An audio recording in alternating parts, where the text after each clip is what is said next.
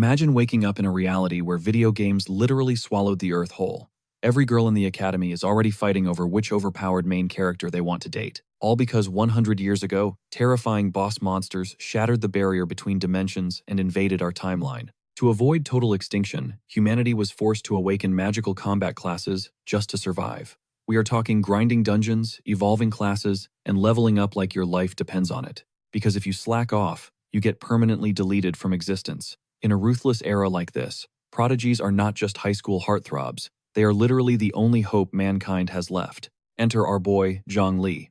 Ever since this absolute legend transmigrated into this universe 18 years ago, he has been flawlessly speedrunning every single academic milestone. His status window literally looks like a hacked server, boasting god-tier ratings across every single combat category. You see, the class you unlock dictates your entire destiny. Pulling a basic class makes you a useless, non-playable character, but awakening a hidden class turns you into an unstoppable force of nature. His homeroom instructor is practically betting his entire career on this prodigy, swearing that Zhongli possesses limitless potential. But here is the brutal reality of being at the top. Every single insecure Bulnace district wants to drag you down to their level. Cue the entrance of this walking protein shake named Yan Shuo. Blessed with a golden domain bloodline and a wealthy top-tier hunter for a father, he still completely loses to Zhongli in absolutely every metric. Our main character stays completely unbothered, casually admitting he has not even picked a dream class yet. Naturally, Yan Shuo loses his mind, violently grabbing Zhongli by his collar. He venomously promises to destroy his rival's reputation if he awakens a trash-tier role. But Zhongli does not even flinch. He simply commands, "Let go." And the sheer icy bloodlust in his eyes freezes the bully faster than any ice magic ever could. The terrified rich kid immediately backs off. But do not forget this clash, because this bitter rivalry is about to explode. You have to understand how brutal this society is. If a hyped-up prodigy botches their awakening ceremony, they do not just fall from grace. They become the entire academy's favorite punching bag. The fated ceremony finally begins, and the very first student on the platform completely chokes under the immense pressure. The gorgeous examiner, rocking an outfit that is practically blinding half the male student body, ruthlessly dismisses the failure and summons the next candidate. Suddenly, a blinding wave of emerald aura completely engulfs the stadium. Muen emerges from the light, successfully unlocking the advanced Swift Archer class. And let me tell you, the glowing blonde hair, the magical bow, that overwhelming presence, the audience absolutely loses their minds over the undisputed queen of the school. She is proving exactly why she sits at the top of the food chain. The next name drops, crimson light erupts, and Yan Shuo actually manages to secure the advanced flame mage class. Yet this arrogant clown has the pure audacity to sigh in disappointment. Securing 2 high-tier awakenings in a row is insane. But this rich kid is already bragging about conquering the entire realm. He shoots a venomous glare straight at Zhongli and scoffs. Hard work is a complete joke. True power is locked in your genetics. Finally, the examiner calls the name everyone has been waiting for. Zhongli steps forward, radiating an intense aura like his entire existence was forged for this singular moment. Every elite judge leans in, and his mentor is gripping a clipboard so hard his knuckles are turning white. The second his boots hit the magical platform, the atmospheric pressure heavily drops. Then, the entire stage absolutely erupts in blinding energy. Mystical runes spiral into the sky, flooding the stadium with a supreme aura that normally only exists in legends. Instructors literally jump out of their seats in pure shock. Documents scatter across the floor as the sheer shockwave of his awakening paralyzes the crowd. His homeroom mentor is visibly trembling, desperately praying for a mythic tier class that has been lost to time. But the system reveals, Basic Mage, the ultimate trash tier class. The pathetic role you receive when the universe completely abandons you. The terrifying silence is deafening as the elite panel of judges stares in absolute horror. Nobody can comprehend how the greatest prodigy of their generation just pulled the weakest job in history. And you already know exactly who steps up to pour salt in the wound. Yan Shuo bursts into maniacal laughter like he just claimed a major victory. In the blink of an eye, the ruthless student body completely strips away Zhongli's king status. The entire crowd instantly pivots, desperately flocking to worship Muen like she is a literal goddess. Meanwhile, Zhongli stood completely frozen on the stage. The same peers who worshipped him yesterday are now brutally tearing his reputation to shreds for sport. The fallen king slowly walks down the aisle in utter isolation, the mocking whispers slicing through his pride like poisoned daggers. Swallowed by the shadows, he clenches his fists. Is this really my fate? Did 18 years of blood, sweat, and tears just amount to absolute garbage? But then, a fierce spark ignites deep within his pupils. The iconic chime of the system rings out, dropping a golden notification that is about to shatter reality. Mythic, passive, unlocked. All learned skills automatically evolve to maximum level. Our boy stares at the glowing blue screen in total disbelief. Hold on. This defies every known law of magic. Did the universe grant me this game-breaking cheat code because I am a literal reincarnated soul? He frantically opens his interface to find 3 pathetic starter abilities. But wait, they are sitting at level 1, Fireball, Light Armor, and Meditation. The absolute saddest starter pack a bottom-tier mage could possibly equip. But before he can even blink, the experience bars start aggressively surging on their own. Level 5, Level 7 shooting up like a hacked account on an admin server. He watches the impossible happen right in front of him, his mind struggling to process this god-tier awakening. Every single progression bar is overflowing with blinding light. As all 3 pathetic spells rocket toward the ultimate level cap simultaneously, max level achieved. Suddenly, a vital lesson from his old mentor echoes in his mind. When you first awaken, your baseline spells are practically useless. But as you push them past their limits, the damage multiplier does not just add up, it scales exponentially into apocalyptic levels. But here is the terrifying catch.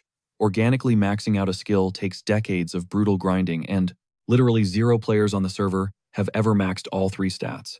Yet this absolute legend just unlocked them for free, flashing a smirk that screams he knows exactly how ridiculously broken his new reality is. Standing there, it hits him. Having auto-maxed skills on a starter mage is infinitely more overpowered than unlocking some ultra-rare hidden class.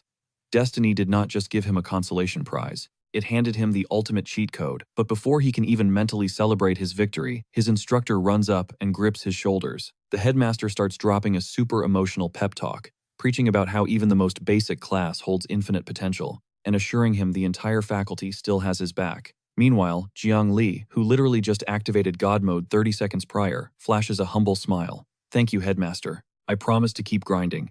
Give this guy an Oscar for his acting," because the headmaster walks away with actual tears in his eyes. Little does he know, Jiang Li is hiding the most glitchy, game-breaking talent in human history, right under his hoodie. Back in the crowd, the haters are absolutely feasting on his supposed downfall, acting like it is the greatest moment of their entire semester. Because apparently, watching a prodigy hit rock bottom is way more entertaining than watching one rise. But Jiang Li is already plotting his revenge, thinking, "Go ahead, keep laughing your heads off. I am about to shatter every single one of your expectations."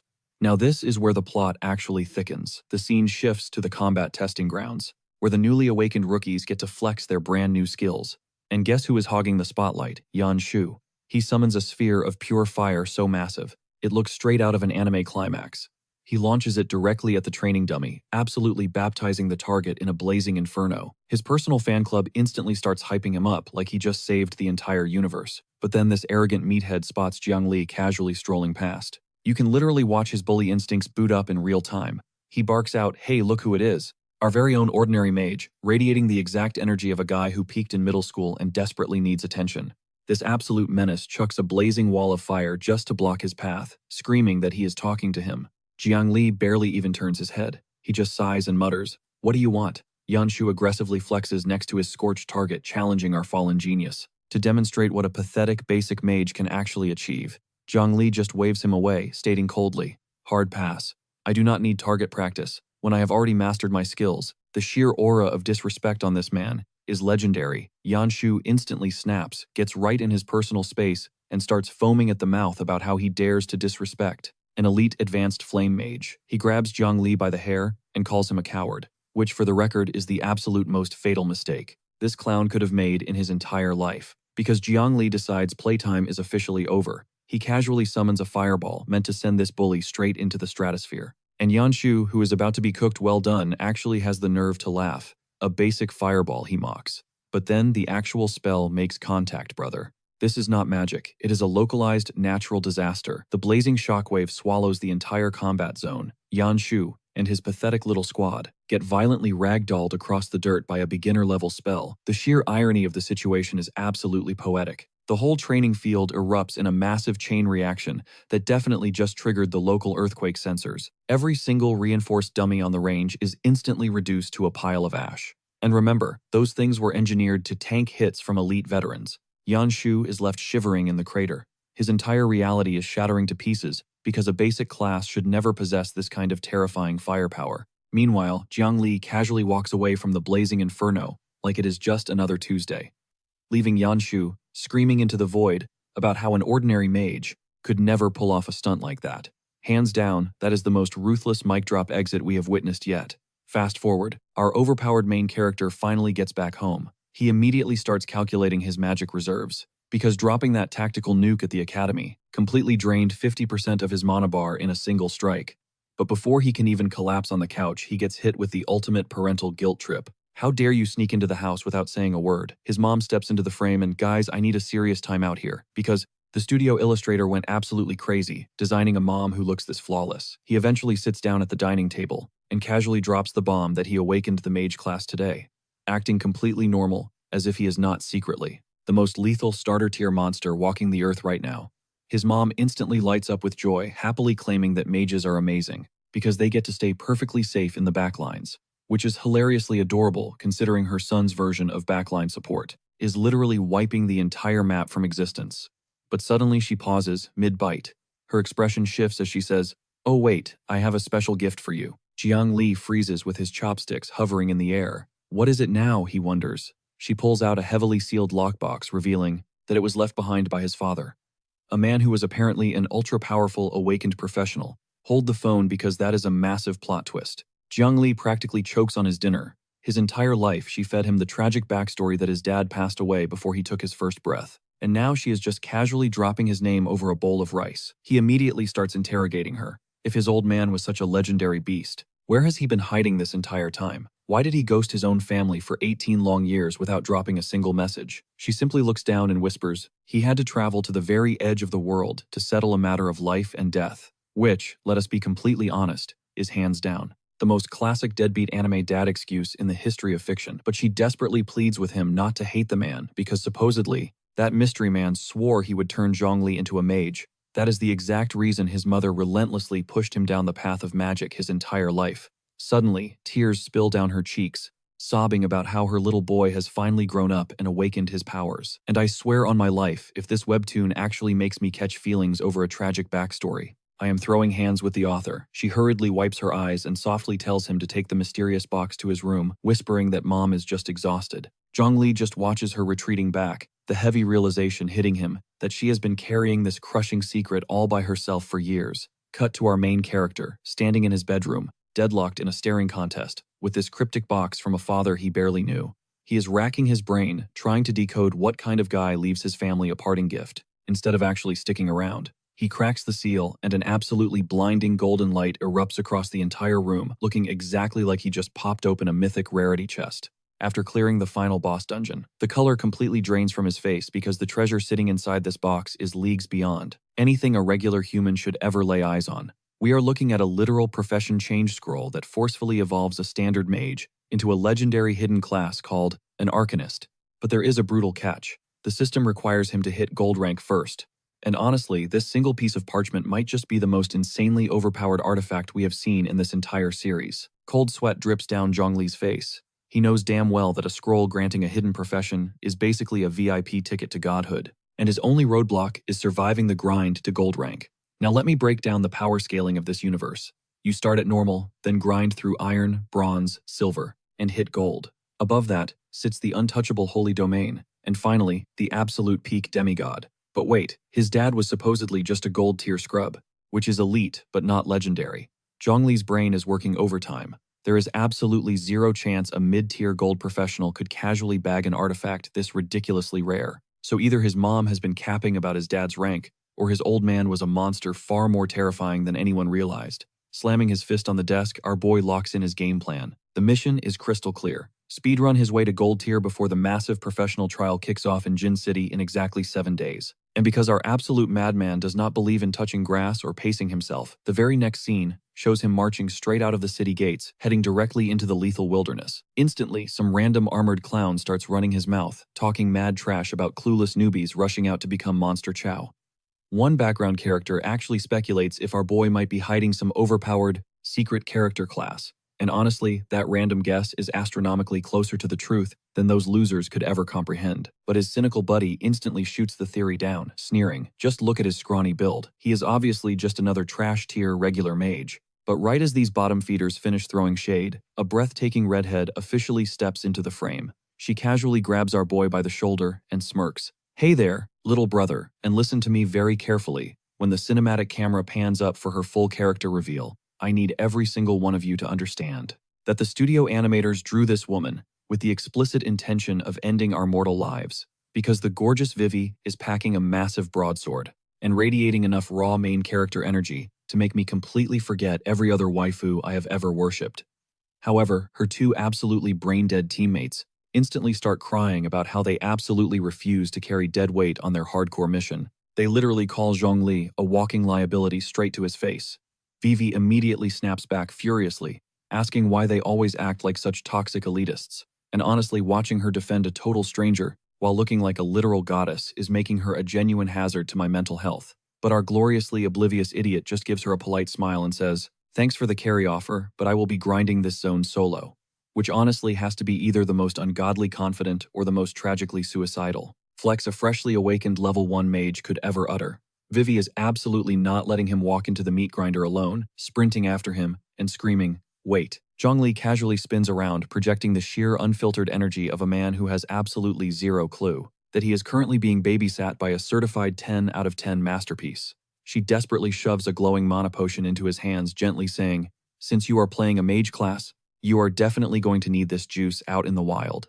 And she is doing all of this out of pure, unadulterated sweetness, a level of kindness that I frankly do not even deserve to witness. Zhongli accepts the potion with a massive, goofy grin and casually thanks her, remaining painfully oblivious to the fact that he just casually friend-zoned the absolute best thing that has happened to his life today. Vivi playfully waves goodbye with a dazzling smile, a smile that the artist clearly weaponized as a personal attack on my heart rate. She tells him to stay safe out there before gracefully turning away. Boom, scene transition to the ominous gray forest, and the very first mob he encounters is a beefed-up level 4 alpha goblin. And let me tell you, this absolute unit is built like it has been aggressively deadlifting giant redwood trees since the day it was spawned. Zhongli quietly peeks out from behind an ancient oak, coldly sizing up his hulking prey, and you can clearly see the absolute 0% panic in his eyes, which for a squishy brand new mage is nothing short of certifiably unhinged behavior.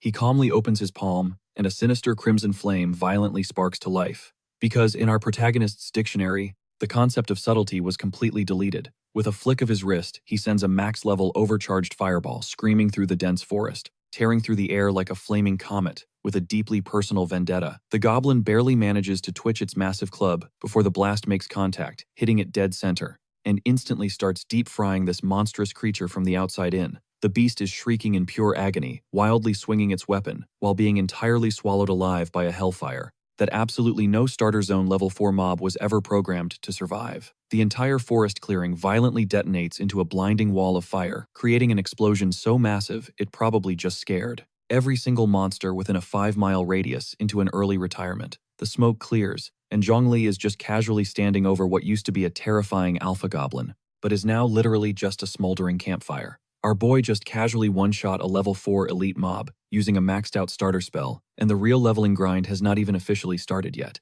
But the exact second that charred goblin carcass hits the dirt, the leaves start rustling violently in every single direction, because from the shadows, an entire bloodthirsty squad of goblins emerges. A massive green tide floods out from the tree line, because apparently dropping a literal sun was just ringing the dinner bell for every single monster in the forest. But does our unhinged main character break a sweat? Absolutely not. He just smirks and says, "Perfect, this saves me the hassle of hunting you down one by one." A hulking green brute sprints directly at him, screeching like an absolute demon. So Zhongli casually activates his radiant light armor, and the rusty blade deflects off that golden barrier like a plastic toy smacking into a titanium vault.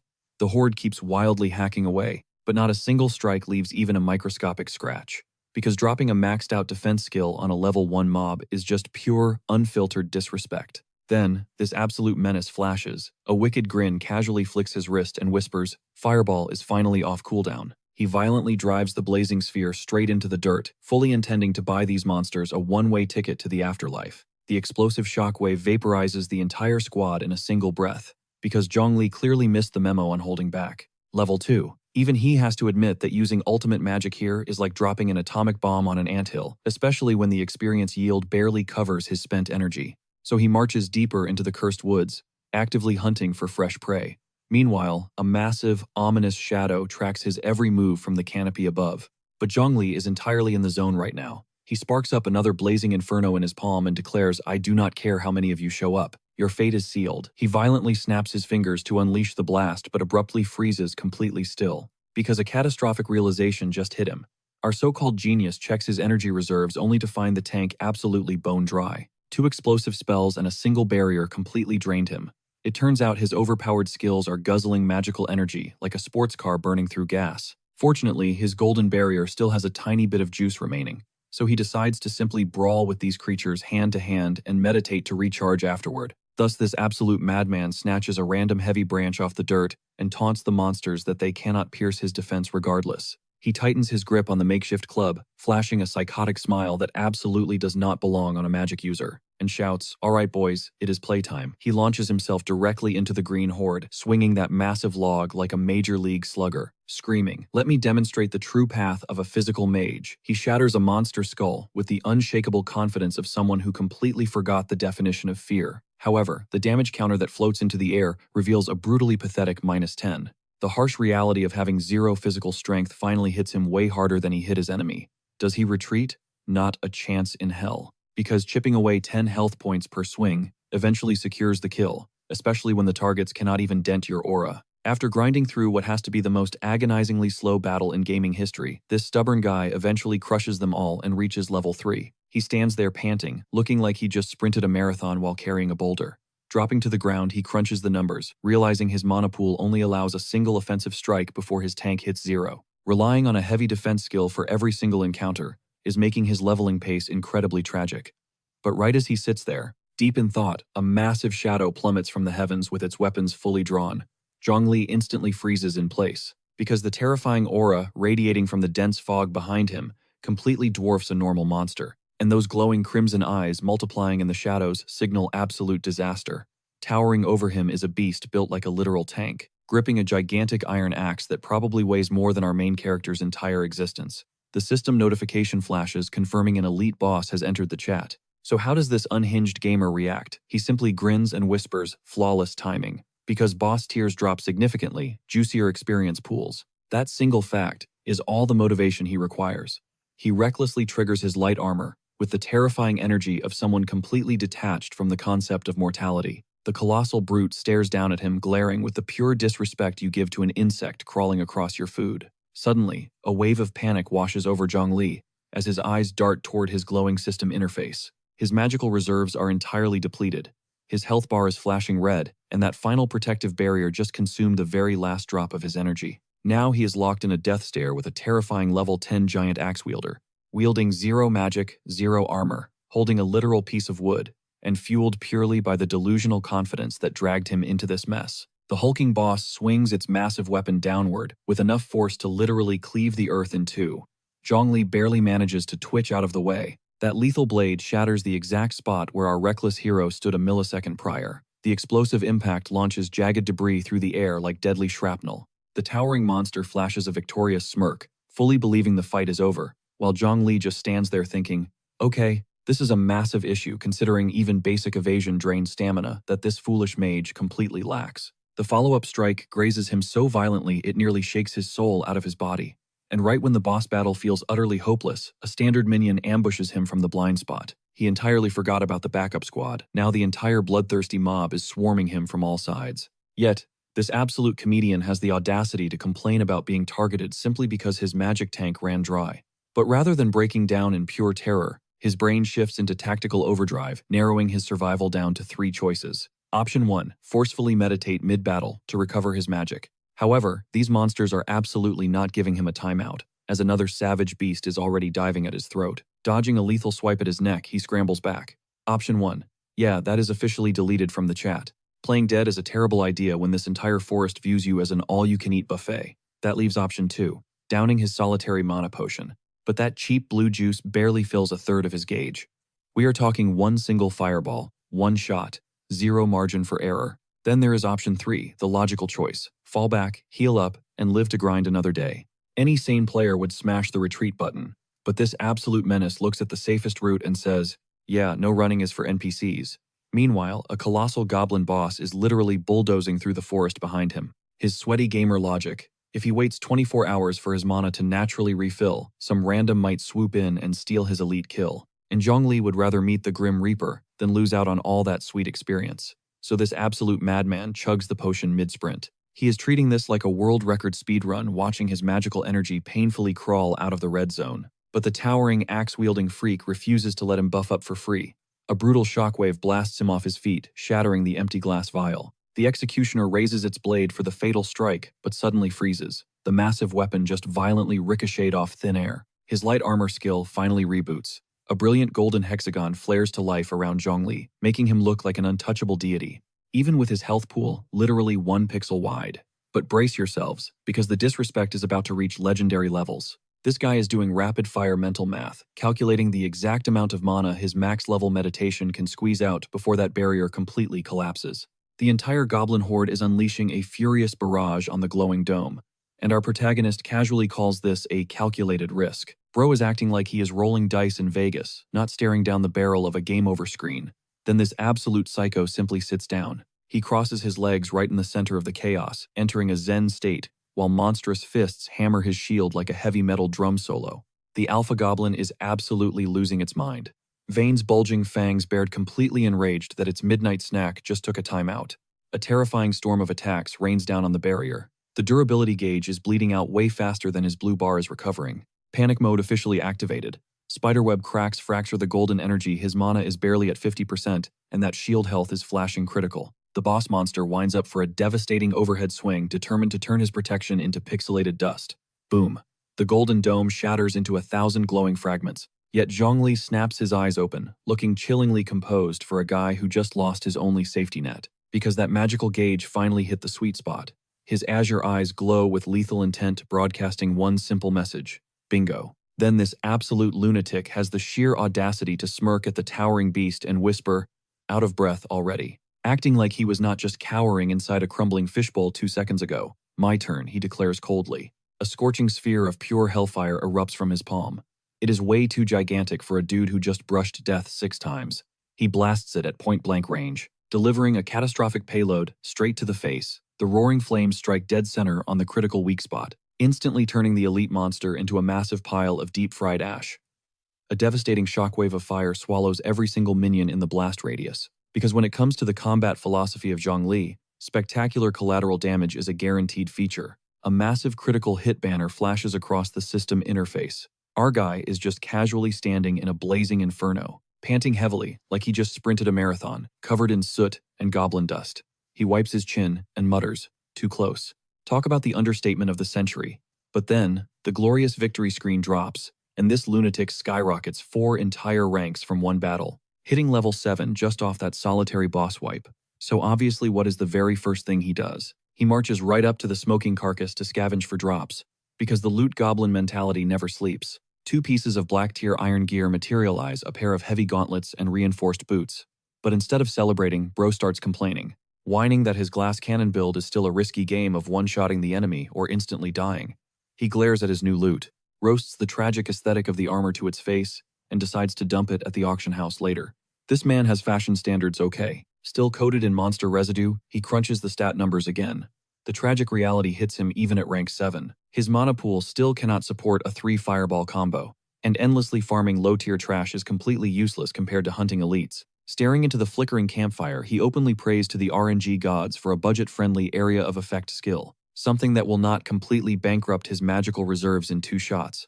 Right on cue, a faint glow from the loot pile demands his attention. A legendary skill tome, just chilling in the dirt like the universe literally heard his complaint and dropped a miracle. Talk about premium same-day delivery. His eyes sparkle with absolute greed when he reads the description. Not only is it compatible, even a baseline novice can equip it, meaning his struggling mage build just received the ultimate care package. He furiously rips the cover open.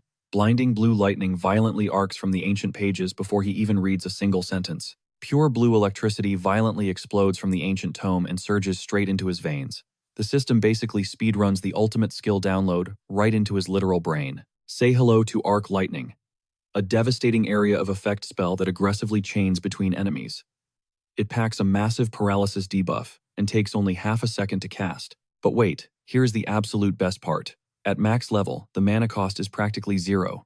Zhongli is literally smiling like a total menace who just hit the jackpot. This absolute beauty scales perfectly with his current level. Plus, the built-in crowd control is exactly the missing puzzle piece his overpowered build desperately needed. Time to hunt down some unlucky test dummies. He easily spots a massive goblin settlement, with every single monster completely knocked out around a dying campfire. These clueless mobs have zero idea about the absolute nightmare rapidly approaching. Boom. Blinding lightning absolutely shreds through their base, launching green bodies straight into the midnight sky. It literally looks like someone shoved a giant fork into a heavy-duty power outlet. Since our boy absolutely refuses to fight fair, the surviving monsters snap awake, burning with furious rage. They frantically scramble for their rusty blades, completely bewildered by this sudden, catastrophic thunderstorm, striking right in the middle of a perfectly clear night. But this absolute madman is already channeling his next attack. He smirks, realizing one devastating strike just did not scratch the itch. Acting like their survival is a massive personal insult, he unleashes another blinding blast instantly. Because remember, this cheat skill takes less than a second to cast, and the cooldown timer is literally non-existent. Crackling blue energy violently pinballs between every single mob in sight.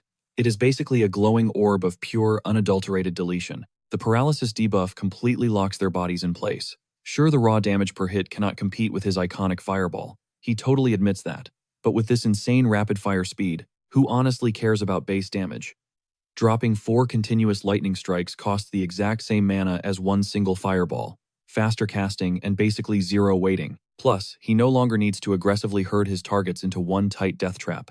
This absolute genius finally realizes he just permanently fixed every single flaw in his combat style. Now he can infinitely farm lower-tier mobs, without draining his entire magic reserve after 2 pathetic attacks. So what is his next hyper-ambitious target? The legendary area boss, reigning over the desolate Grey Forest. His logic: if one elite monster boosted him 4 entire levels, then the zone ruler has to be a walking treasure chest. Surprisingly, our reckless hero actually uses his brain this time. He casually sits cross-legged under the pale moonlight, patiently restoring his mana core to absolute maximum capacity. Way better than blindly rushing toward a monstrous threat that could instantly one-shot him. This crazy guy eventually tracks down the main goblin tribe. He intensely scans the perimeter like a hungry hawk, double-checking his target before bringing the absolute chaos. He silently creeps forward, gripping a basic wooden stick like it is some legendary divine weapon. He whispers to himself, wondering if the entire camp is completely knocked out. His masterclass strategy: literally tiptoe right past a massive, heavily armed monster battalion, locate the sleeping boss, and absolutely nuke it with fireballs before a single guard blinks. But then, this mastermind accidentally stomps right onto a sleeping goblin. The sheer panic flashing across his face is absolutely priceless. That is the exact moment he remembers he dumped 0 points into his agility stat, because his accidental footrest is now violently awake, and incredibly furious about the heavy boot currently crushing its ugly green face. In a flash, a massive crimson-eyed goblin guard shadows over him, glaring down with pure lethal intent, completely ready to execute this foolish midnight intruder. So naturally, our fearless protagonist, Zhang Li, handles this terrifying encounter with ultimate grace. By immediately sprinting away like his life absolutely depends on it, mid-panic, he fiercely grabs a random mob straight by the skull, screaming that his theory was totally right. He genuinely wanted to test their physical defense, but oh boy, that was a fatal miscalculation. Because every single bloodthirsty goblin in a 1-mile radius heard that exact scream, the entire vicious tribe snaps wide awake. Weapons drawn, they aggressively swarm toward this one delusional guy. And our guy is desperately sprinting for his literal survival, screaming pathetic apologies while loudly complaining about conserving his precious mana. He is quite literally multitasking his own mental breakdown. Swish, a rusty blade violently connects. Zhang Li takes a brutal blood-drawing slash directly across his spine. Since running in a perfectly straight line was his only genius evasion tactic, but that fresh pain flips a dangerous switch inside him. He halts. Pure crackling electricity surges into his bare palm. His eyes turn cold as he dares them to step up, completely abandoning his cowardly apologies from literally 5 seconds ago. He fiercely unleashes the devastating arc lightning. The dark canopy violently erupts in blinding electric blue. Since Zhang Li absolutely despises warning shots, the lethal current chains aggressively through the entire horde. Their crimson health bars literally melt into absolute nothingness. But the onslaught does not stop there. He viciously fires another blinding volley right away, because this rapid-fire cheat skill is a massive middle finger to basic game balance. He stands proudly amidst a smoking graveyard of totally fried monsters, audaciously complaining about being bullied, acting like he is the innocent victim in this massive massacre. But as he scans the twitching, charred remains, he realizes the legendary area boss is completely missing. Suddenly, the earth beneath his boots violently trembles. Like an ancient slumbering titan just woke up, choosing extreme violence. A colossal suffocating shadow towers directly behind his spine. Zhongli nervously whispers about a random earthquake. Bro, that is no natural disaster. That is the terrifying zone ruler looming right over his shoulder, emitting a demonic, glowing aura that screams absolute death. A presence that makes his overpowered mana pool look like a total joke. But wait, the plot heavily thickens here. We instantly cut to a squad of arrogant players deeply lost in the dark woods, loudly complaining that grinding in this midnight zone is pure suicide. Leading this pathetic circus is the ruthless Yan Quan, Yanshu's bitter cousin, who specifically marched out here to brutally jump Zhang Li in the dark, because toxic family vengeance absolutely runs deep in their twisted bloodline. But even his most loyal lackey is intensely side-eyeing this terrible strategy, nervously questioning if their target is genuinely insane enough to still be grinding in this deadly zone this late at night. Quan gets all up in his personal space with that signature villain glare, whispering, "Do you not trust me?" Yeah, massive red flag right there, especially coming from a dude decked out in edgelord spikes. The lackey instantly crumbles, waving his hands frantically like he is begging for his life. He starts yapping about how elite mobs and area bosses will absolutely wipe out rookie players. But mid-sentence, the earth literally starts quaking beneath their boots. Instantly, the beef is forgotten. Quan's eyes gleam with absolute malice, looking like a vulture who just spotted a free meal. He knows exactly what that tremor means. Some poor soul just aggroed the regional boss, and Quan is already doing the evil math. The big bad of this zone is the Goblin Shaman, a monster so cracked that a whole squad of Black Iron Awakeners would get wiped trying to take it down. So the strat is toxic, but brilliant. Let the randoms do the heavy lifting, drain the boss's health bar, and then swoop in for the ultimate kill steal. This absolute menace is speedrunning the villain playbook and grinning the whole time. Cut back to our boy Jiang Li, who is casually sizing up this exact same boss. He tilts his head, actually convincing himself this giant monster looks squishier than the elite mobs he just packed up. That is the exact brand of overconfidence that sends players straight to the respawn screen. The holographic system warning flashes neon red. Level 20 boss Goblin Shaman. This absolute madman is sitting at a measly level 7, staring down a level 20 raid boss, and genuinely thinks he has the upper hand. He casually whips up a blazing fireball and smirks. "Oh, so you are a magic user too," like they are networking at a tech convention. Instead of treating it like a monster trying to end his whole career, he sidesteps the shaman's attack and immediately roasts it, calling its cast time straight garbage. That is literally the most out-of-pocket disrespect you can throw at a fellow caster. His fireball slams home and the system UI explodes with a golden critical hit. The whole battlefield erupts into a blazing furnace, trapping the shaman right in the center of a devastating inferno. And for a split second, it honestly looks like Jiang Li is about to one-shot a zone boss, while being 13 levels underleveled. But suddenly, a terrifying silhouette bursts out of the smoke, because real raid bosses do not just face-tank fireballs and fold. Jiang Li hastily throws up a defensive barrier, gritting his teeth. I knew it was too easy, because with his tragic RNG, it always is. A level 5 frost arrow shatters his shield like cheap glass. His health drops so fast, the system panic alarms start throwing their own error codes. The shaman steps out of the fading embers, its demonic red eyes piercing through the ash as if saying, "Did you really think fire would be my weakness?" Worse, it just summoned 2 goblin priests. They flank the boss like heavy-duty bouncers, blocking the most lethal VIP section ever. The shaman immediately goes on the offensive, blasting through the tree line, while Jiang Li is forced to haul out of there, because his entire combat loop literally swings between absolute menace and sprinting for his life. But then, things get genuinely terrifying. The shaman casually lifts its staff, manifesting jagged ice crystals the size of broadswords without even breaking a sweat. It unleashes a massive crescent wave of frost magic slicing right through the ancient trees like it is trying to remodel the entire biome. Jiang Li is pinned behind a massive trunk, running the combat math in his head. He realizes that nasty cloak the boss wears grants massive magic resist, meaning his epic fire burst was getting heavily debuffed from the jump. He glances at his status screen, and the reality check is devastating. Health hovering at 1 hit point mana pool practically drained, and Phase 1 barely even started. Is he cooking up a master plan? Or is the universe just making him pay the ultimate price for being cocky? But instead of catching a panic attack, this absolute legend just narrows his eyes. He boldly attempts to meditate and regen mana before the boss tracks his location. Too bad the shaman is not playing by turn-based rules, because a barrage of glacial spears starts carpet-bombing his exact coordinates. The lush forest is rapidly transforming into a sub-zero war zone. Deadly frost projectiles rain from the sky, shattering century-old tree trunks into millions of glittering, razor-sharp splinters. While Jiang Li is locked in the most lethal game of hide-and-seek ever recorded, the monstrous caster hoists its staff high. The ambient temperature plummets so fast it practically gives you frostbite just watching. It channels a blinding, hyper-concentrated beam of absolute zero energy straight down, like an orbital strike, trying to bore straight through the Earth's crust, just to vaporize our guy. The icy blast instantly deletes the forest canopy. The sheer kinetic impact of this spell is light years beyond any damage type Zhongli has survived so far. Pulverized ice and shattered wood explode across the sky. The whole sector gets plunged into an apocalyptic ice age in mere seconds. Yet amidst this literal cataclysm, this unhinged madman enters a deep meditative trance right in the drop zone. With lethal frost magic exploding inches from his face like deadly fireworks, his eyes suddenly snap wide open, blazing with brilliant blue energy. And you already know what time it is, because we have witnessed this exact terrifying hyperfocus before. Only problem, the shaman is currently charging up its ultimate white mechanic, cackling like an absolute psychopath.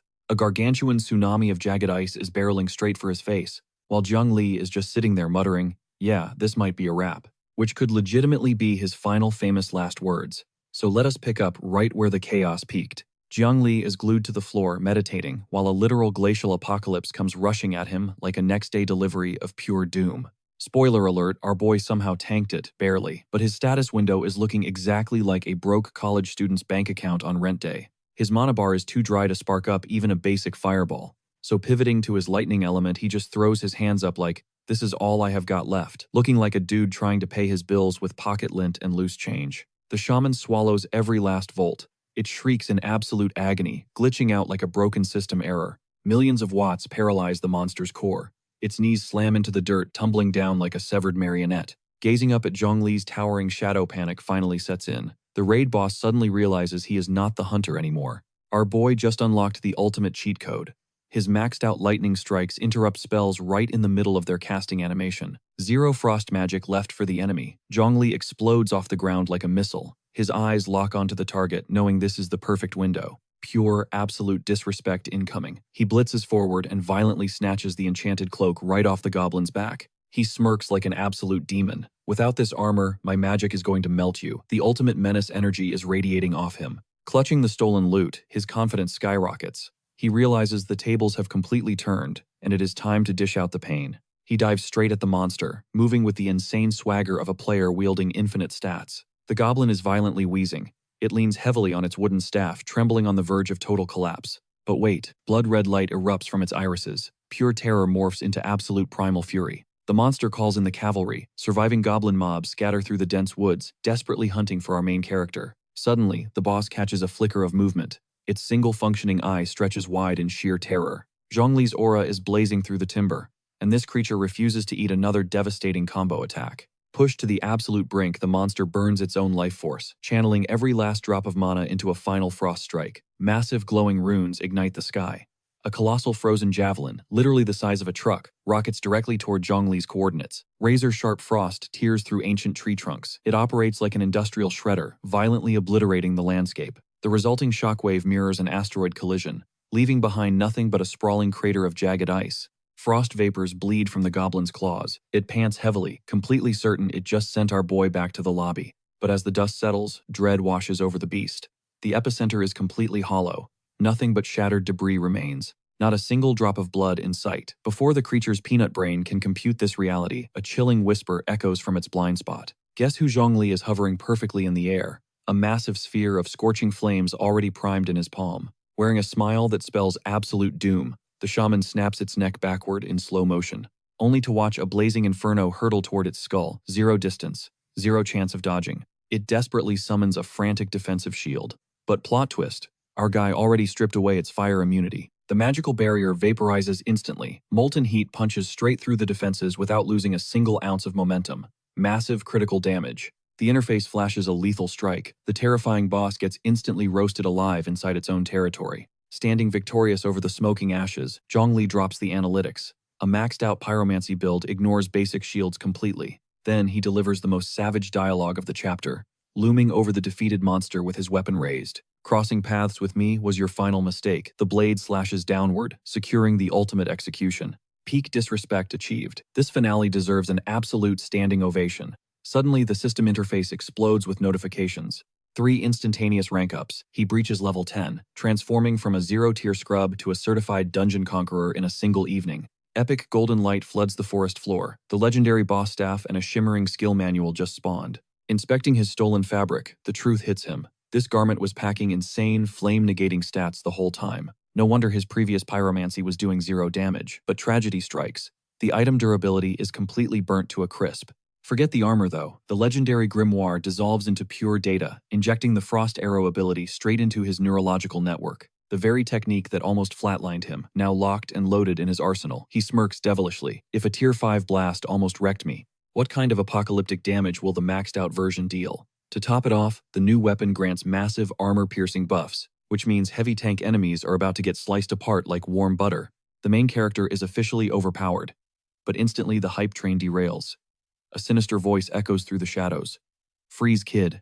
Hands to the sky. Enter Quan and his shady syndicate. These guys just swept the perimeter. They are totally convinced Zhongli's entire squad has been wiped out. Highly suspicious timing, right? Quan slithers forward with a venomous smirk. Did a newly awakened rookie just solo a sector boss? Wildly impressive. Too bad you left your superiors behind to die. Zhongli raises his palms, his eyebrows furrowing in pure confusion, asking, who even gave you my identity? Danger alarms are blaring in his head. This random encounter just turned incredibly toxic. The arrogant intruder puffs out his chest. I am Yan Quan of the elite Jincheng Yan bloodline. His 2 heavily armed bodyguards stepping up to seal the trap. Bro steps up looking like he practiced this monologue in the mirror for hours.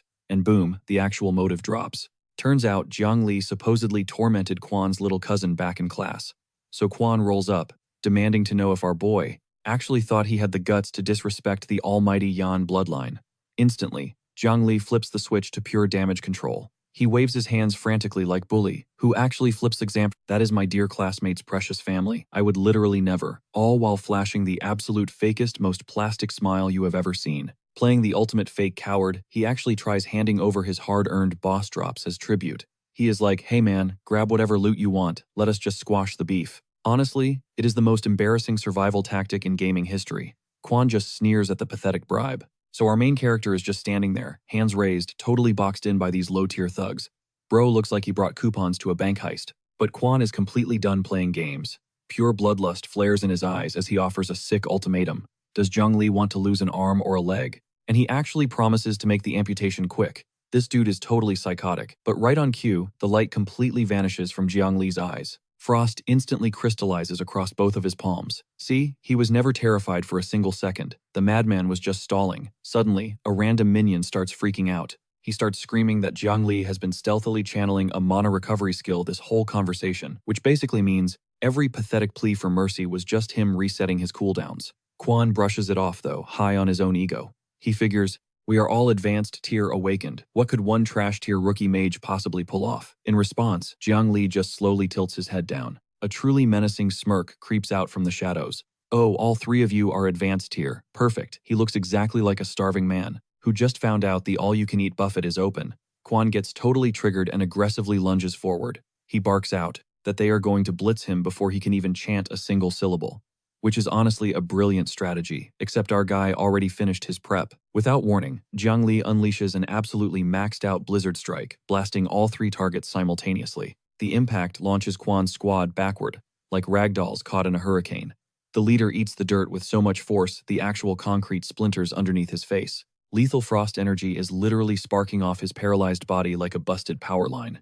Meanwhile, Jiang Li just casually strolls over, looking down like a grim reaper. You know what they say about bad guys talking too much, right? Quan is just laying there violently twitching, stuttering out pure nonsense about that insane casting speed, which is literally the most hilarious thing to ask after getting completely one-shotted. Without missing a beat, Jiang Li ignites a blinding fireball in his hand. He locks his piercing blue eyes onto his victim and coldly whispers, who knows, the sheer disrespect is off the charts. An absolute pillar of raging inferno erupts, lighting up the pitch-black forest and painting the midnight sky completely orange.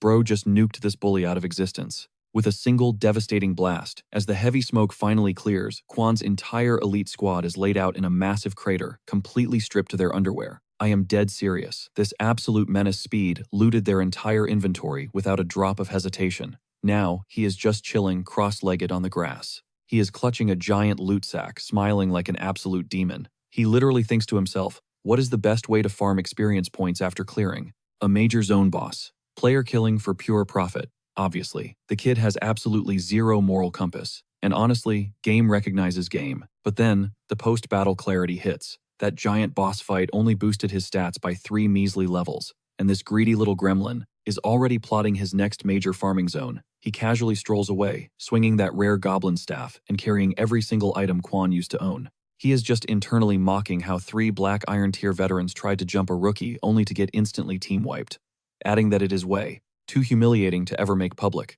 Soon enough, he sneaks back into Rosetown. The midnight streets are practically dead, except for a few exhausted hunters catching their breath after surviving the deadly outer zones. Meanwhile, our boy is dragging so much hijacked legendary gear through the dark alleys, he literally looks like a loot-obsessed pack mule. He starts praying out loud for a spatial inventory ring right before he stumbles upon the Holy Grail, the legendary Golden Dragon Treasury. The massive doors slide open, literally radiating an aura that just begs him to spend his newly acquired wealth. But the absolute very first thing that catches his eye is a stunning pink-haired merchant girl. And bro, her outfit was definitely engineered to make every single customer completely forget their shopping list. She hits him with that sweet customer service voice, asking if he needs any special assistance. My guy, we definitely need her assistance with a few quests. Trying to act cool, Zhongli aggressively unloads his massive sack of stolen artifacts right onto the glass counter. He demands to liquidate the entire stash. She just cheerfully starts appraising the towering mountain of weapons that he literally just stripped off 3 unconscious dudes. Her eyes light up as she calculates the final total. That will be exactly 972,000 Flame Dragon coins, sir. But hey, let us just round that up to a cool 1 million. Our main character practically chokes on air and nearly faceplants, because a flat 1 million coins just instantly deposited into his player system. His brain is frantically running the math. His poor mother barely scrapes by on maybe 4,000 a month, and he just casually minted a 7-figure fortune in a single night. Instantly, his mind shifts to buying his mom a massive mansion and retiring her early, which honestly, it is the only reason I am still cheering for this absolute menace of a loot goblin. But the sentimentality fades fast as he enters pure whale mode. He slams his hands down, demanding top-tier skill books. The cute merchant winks and guides him toward the exclusive VIP section. Right as a mysterious shadow, with incredibly long, peering down from the VIP balcony is a literal goddess with vibrant purple hair. Lock your eyes on her, guys, because that is Mo Ching Ching, Golden City Academy's undisputed prodigy. Her gaze pierces the crowd, instantly locking onto Jiang Li from all the way across the hall. And let me tell you, the artist cooked with her design. She is radiating an aura of absolute perfection that is genuinely dangerous. Meanwhile, our clueless main character casually strolls into the skill library, asking the clerk for the most basic mage loadout available. He is completely blind to the fact that an academic powerhouse of a baddie is currently plotting his entire existence rent-free upstairs. The clerk slaps down their entire beginner arsenal. We are talking Wind Blade, Ice Arrow, the standard issue elemental starter pack, but the price tag reads a soul-crushing 600,000 Flame Dragon coins each. Zhang Li nearly coughs up blood, because dropping 600 grand per tome makes his freshly earned million look like absolute pennies in this inflated economy. So he taps into his broke boy survival instincts, deciding to cop a budget option until his wallet levels up. He mentally calculates his current arsenal. Fireball handles his single target burst. Dark Lightning serves as his devastating area of effect nuke, and Light Armor brings the defense. The only puzzle piece missing is solid crowd control. Without hesitating, he snags a slowdown spellbook for exactly 600,000 coins. And the moment it touches his hands, boom, instant absorption. He maxes the proficiency on contact. Our boy now wields a specialized magical toolkit that rookie casters would literally sell their souls to obtain. But his master plan is not finished. Knowing his mana reserves are a massive bottleneck, he drains his remaining funds on blue potions, stacking consumables like a sweaty gamer prepping for a final boss raid. Honestly, watching him min-max his stats like this is absolute cinema. Now, the camera violently pans back to something extremely spicy. Tucked away, inside a luxurious private lounge, an attendant is whispering exclusive intel to Mo Ching Ching about a newly spawned Black Iron Tier dungeon out in the Gale Plains. The catch: the entrance coordinates are completely ghosted. Ching Ching elegantly crosses her legs, declaring she will personally command the expedition tomorrow. And let me be totally real with you guys, she is radiating boss energy so intense it could bring entire nations to their knees. I am respectfully losing my absolute mind over here, but suddenly, her fierce gaze softens as her thoughts drift back to the boy downstairs. Rumor had it, Jiang Li completely fumbled his awakening ceremony, doomed to walk the path of a trash-tier mage. So why on earth is he wandering the guild, browsing premium spells like an elite combatant? Her loyal butler shatters her train of thought, respectfully asking, "Miss, where has your mind wandered?" She flinches back to reality, panicking like a student who just got caught sleeping during a final exam. A heavy blush paints her cheeks as she frantically waves her hands, dropping the most suspicious, nothing at all, ever caught on tape. In zero alternate dimensions, did that butler buy her weak excuse? But he plays it cool, smoothly pivoting the conversation back to business. He reports that conquering this specific dungeon will aggressively catapult her power levels straight into the Black Iron tier. That is a monumental milestone in this world. With that massive buff, she would effortlessly crush the Lee family prodigy in next week's combat trials. A cold, calculating smirk creeps across Ching Ching's face. It is the terrifying confidence of a girl who knows she is fundamentally built different. She rises with sheer authority, barking orders at Fubo to mobilize their elite vanguard instantly. She is storming that dungeon and taking 0 prisoners. Smash cut to the desolate Gale Plains. A savage pack of neon blue Gale wolves is ripping through the tall grass like homing missiles, desperately dodging apocalyptic strikes of fire and lightning. Because guess who already hijacked this grinding zone? Zhongli is literally surfing on a wolf's back, treating the beast like a hoverboard, while raining down elemental devastation in all directions, and the artwork in this sequence goes unbelievably hard. Crimson health bars float above the pack, melting into nothingness under his magical barrage. Every single level up he secured is multiplying his raw damage output to godlike proportions. Raw voltage dances across his fingertips as he smirks, finally realizing his current stats would turn low-tier goblins into absolute red mist. These hyper-lethal wolves are the exact elite mobs he needs to power level. But these beasts do not play games like those weak goblins. Out of his blind spot, a massive wolf launches itself with its fangs fully bared, aiming to snap his neck like a twig. Without blinking, Jiangli triggers his light armor, manifesting a blinding golden shield that tanks the death blow. The monster ricochets off the barrier like it just headbutted a titanium vault. But the threat is far from over. The pack is multiplying aggressively, surrounding him in an endless sea of snarling jaws that refuse to stop respawning. Our boy grits his teeth, realizing this is an infinite death loop. Digging his heels into the dirt, he blasts forward. He charges the swarm head-on, his staff humming with lethal blue energy as he swats beasts away. Like an absolute menace treating a life-or-death survival match as his morning gym routine, he funnels an ocean of mana into his weapon, unleashing a devastating tidal wave of arc lightning that should vaporize everything breathing. Except, these predators possess terrifying agility, pivoting mid-air to literally outrun the electrical strikes. They split their formation, flawlessly weaving through the deadly voltage. Like a synchronized strike team, Zhongli's eyes turn icy cold as the reality hits him.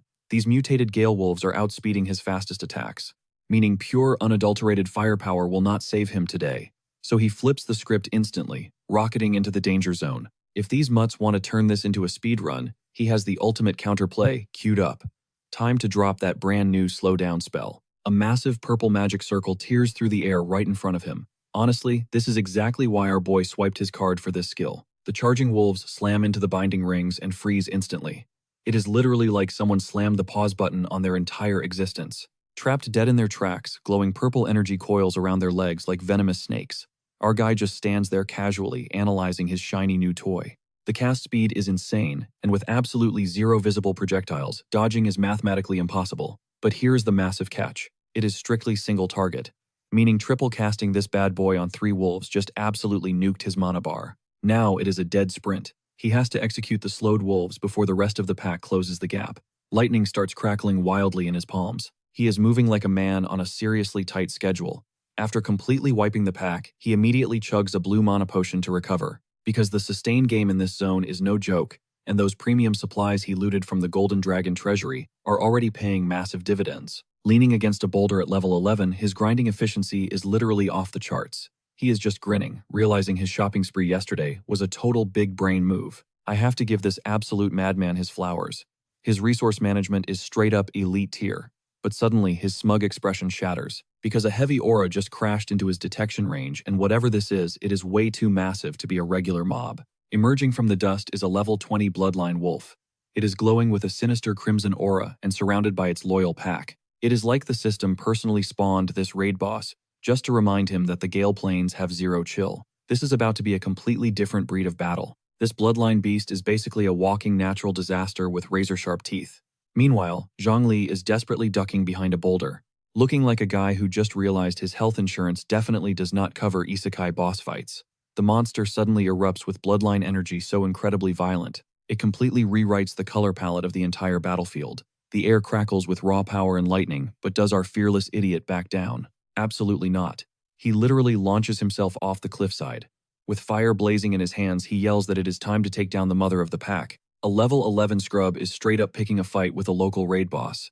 And insanely enough, he nails the exact weak spot. A massive critical hit registers. His vision floods with blinding fire and floating damage numbers. Somehow, this absolute madman found the one soft spot on a creature forged entirely out of pure murder. The lackeys are completely wiped out, leaving just him versus the alpha boss in a one-on-one deathmatch. This menace confidently plants his staff in the dirt, acting like he engineered this exact cinematic outcome from the start. Except the alpha wolf takes that level of disrespect extremely personally. It rips forward with enough kinetic force to shatter solid stone, and those glowing fangs are definitely not for decoration. Zhongli instantly deploys his deceleration technique. A brilliant purple magic circle blooms directly in the monster's path. He is essentially telling a beast 3 times his size to sit down and behave. The binding magic mercilessly hooks the wolf mid-lunge. It drives the beast face first into the dirt like gravity just tripled on absolute command. But wait, this boss has a phase 2. The monster angrily projects a terrifying phantom spirit formed straight at Zhongli's face. Suddenly, this fight just got way more up close and personal than he ever signed up for. He locks eyes with the beast, frantically thinking. He genuinely has absolutely zero clue where the actual weak spot on a Gale Wolf is supposed to be. The trapped predator viciously snarls at him, struggling violently inside its glowing purple restraints. But then, scorching fire ignites in his palm, and he flashes this absolute demon grin. It is the look of a guy who just solved the boss fight equation without even reading the wiki. It is hairy, therefore it is weak. And now it is completely on fire. That is hands down the coldest, most disrespectful trash talk ever delivered to a mob in manhwa history. And he means every single savage syllable. The trapped wolf is hopelessly stuck in the binding circle, staring deeply into that blazing fireball, rocking the most utterly offended expression a monster has ever produced. Looking like getting burned alive is somehow completely beneath its royal dignity. Too bad for you, buddy, he drops the nuke anyway. The system triumphantly pings, confirming yet another massive critical hit. The entire arena gets instantly vaporized into a literal cremation chamber, 2 full levels from a single kill. Hitting level 13, that boss wolf was essentially a walking experience piñata, and our absolute maniac cracked it open without even flinching. Plus it drops a sleek black iron dagger and a black iron ring, before the ash even settles. Our guy is already running mental appraisals on the fresh merchandise like a greedy pawn shop owner. The very first words out of this ultimate loot goblin's mouth are, "I wonder how much gold I can flip these for on the market." At this point, his true awakened class is definitely not mage. But suddenly the earth starts violently trembling. Something incredibly heavy is tearing straight through the plains right toward him. It is closing the distance every single second, and it shows absolutely zero signs of slowing down. Zhongli hurriedly picks himself up, looking around in utter confusion. Because apparently the Gale Plains enforce a ruthlessly strict zero-rest policy for anyone foolish enough to solo grind out here. The literal millisecond his eyes lock onto the incoming threat, every single ounce of victory instantly drains from his pale face. Because a suffocating wall of dust the size of a small city is rolling aggressively across the grassland, straight for him. It is a catastrophic, full-blown wolf stampede. Hundreds of rabid beasts flood the terrain. It honestly looks like the server just spawned a massive world event and completely forgot to warn the players. He desperately crouches behind cover, white-knuckling his new dagger and panicking. He literally just finished taking down an elite boss monster. There is absolutely zero need for this extreme level of retaliation, but the endless wave of wolves is already swarming in from every conceivable angle, and our boy is about to experience the absolute horror of getting isekai roadkilled. He is about to get brutally ragdolled straight through the stampede. He is getting tossed around like a paper cup in a Category 5 hurricane. Massive wolves are just blurring past him from every single direction. But right in the middle of this absolute meat grinder, he downs a mana potion, and a massive realization hits him. This pack, they do not even care that he is there. The truth smacks him harder than a freight train. If these beasts are not hunting him for payback, then somebody else just kicked the hornet's nest. And they woke up something terrifying. His gamer brain connects the dots in a split second. The only monster capable of commanding a stampede, this enormous, the Wolf King itself. Meaning some crazy squad just aggroed the regional boss, and this entire map just turned into a death zone. Now any normal player would be sprinting for the nearest safe zone, but our absolute menace of a main character, he immediately starts charging straight toward the boss coordinates, screaming at the top of his lungs that the legendary drops belong to him and absolutely nobody else. Honestly, at this point, I cannot tell if he is fearlessly brave or literally insane. Seriously though. But let us jump over to a gloomy cave entrance, where a completely different raid party just barely survived a brutal clear. And bro, they look like they just went through a meat grinder blindfolded. 3 battered adventurers are holding the front line, weapons shaking as they gasp for air. Right in the middle stands this gorgeous orange-haired healer with emerald eyes. And let me tell you, the illustrator absolutely snapped on her character design, because she literally just hijacked all my attention away from the blood-soaked battlefield. But before I can even start simping, the bald party leader starts screaming his lungs out, cursing out a bunch of shadows for kill-stealing and plotting an ambush. And their response? A brutal slash straight across his frontline swordsman. Yeah, whoever just crashed this raid definitely did not come to talk things out. These absolute vultures have the sheer audacity to smirk and say, blame your own stupidity for trying to solo a boss raid without clearing the perimeter, claiming that if they did not swoop in to steal the ultimate loot, someone else would have anyway. The ego on these bottom feeders is actually off the charts. We are looking at a heavily armed death squad of player killers, and they just boldly declared that the epic gear, the blood-striped Wolf King's corpse, all of it is their property now. Lock this treacherous crew in your memory, trust me on this. The three exhausted adventurers can only watch as this grinning mob slowly boxes them in. The power scaling here is an absolute joke. They are completely outmatched. So the spineless captain instantly folds, begging to trade all their hard-earned rewards, throwing away the epic drops, the legendary boss materials, everything, just to keep his own health bar above zero, while poor Vivi just stands there frozen, forced to watch her supposed protector completely shatter under pressure. But the mohawk-wearing bandit leader just cackles and completely flips the script. The shiny loot is not enough for him anymore. He locks his eyes on the beautiful priestess. He wants Vivi, and the pure dread in this scene just skyrocketed to terrifying levels. This absolute monster actually smirks and says, once I am done enjoying my new prize, I might just let the rest of you scurry away, flashing a terrifying smile that literally screams villain arc, because the dark turn this manhwa just took is giving me straight-up chills.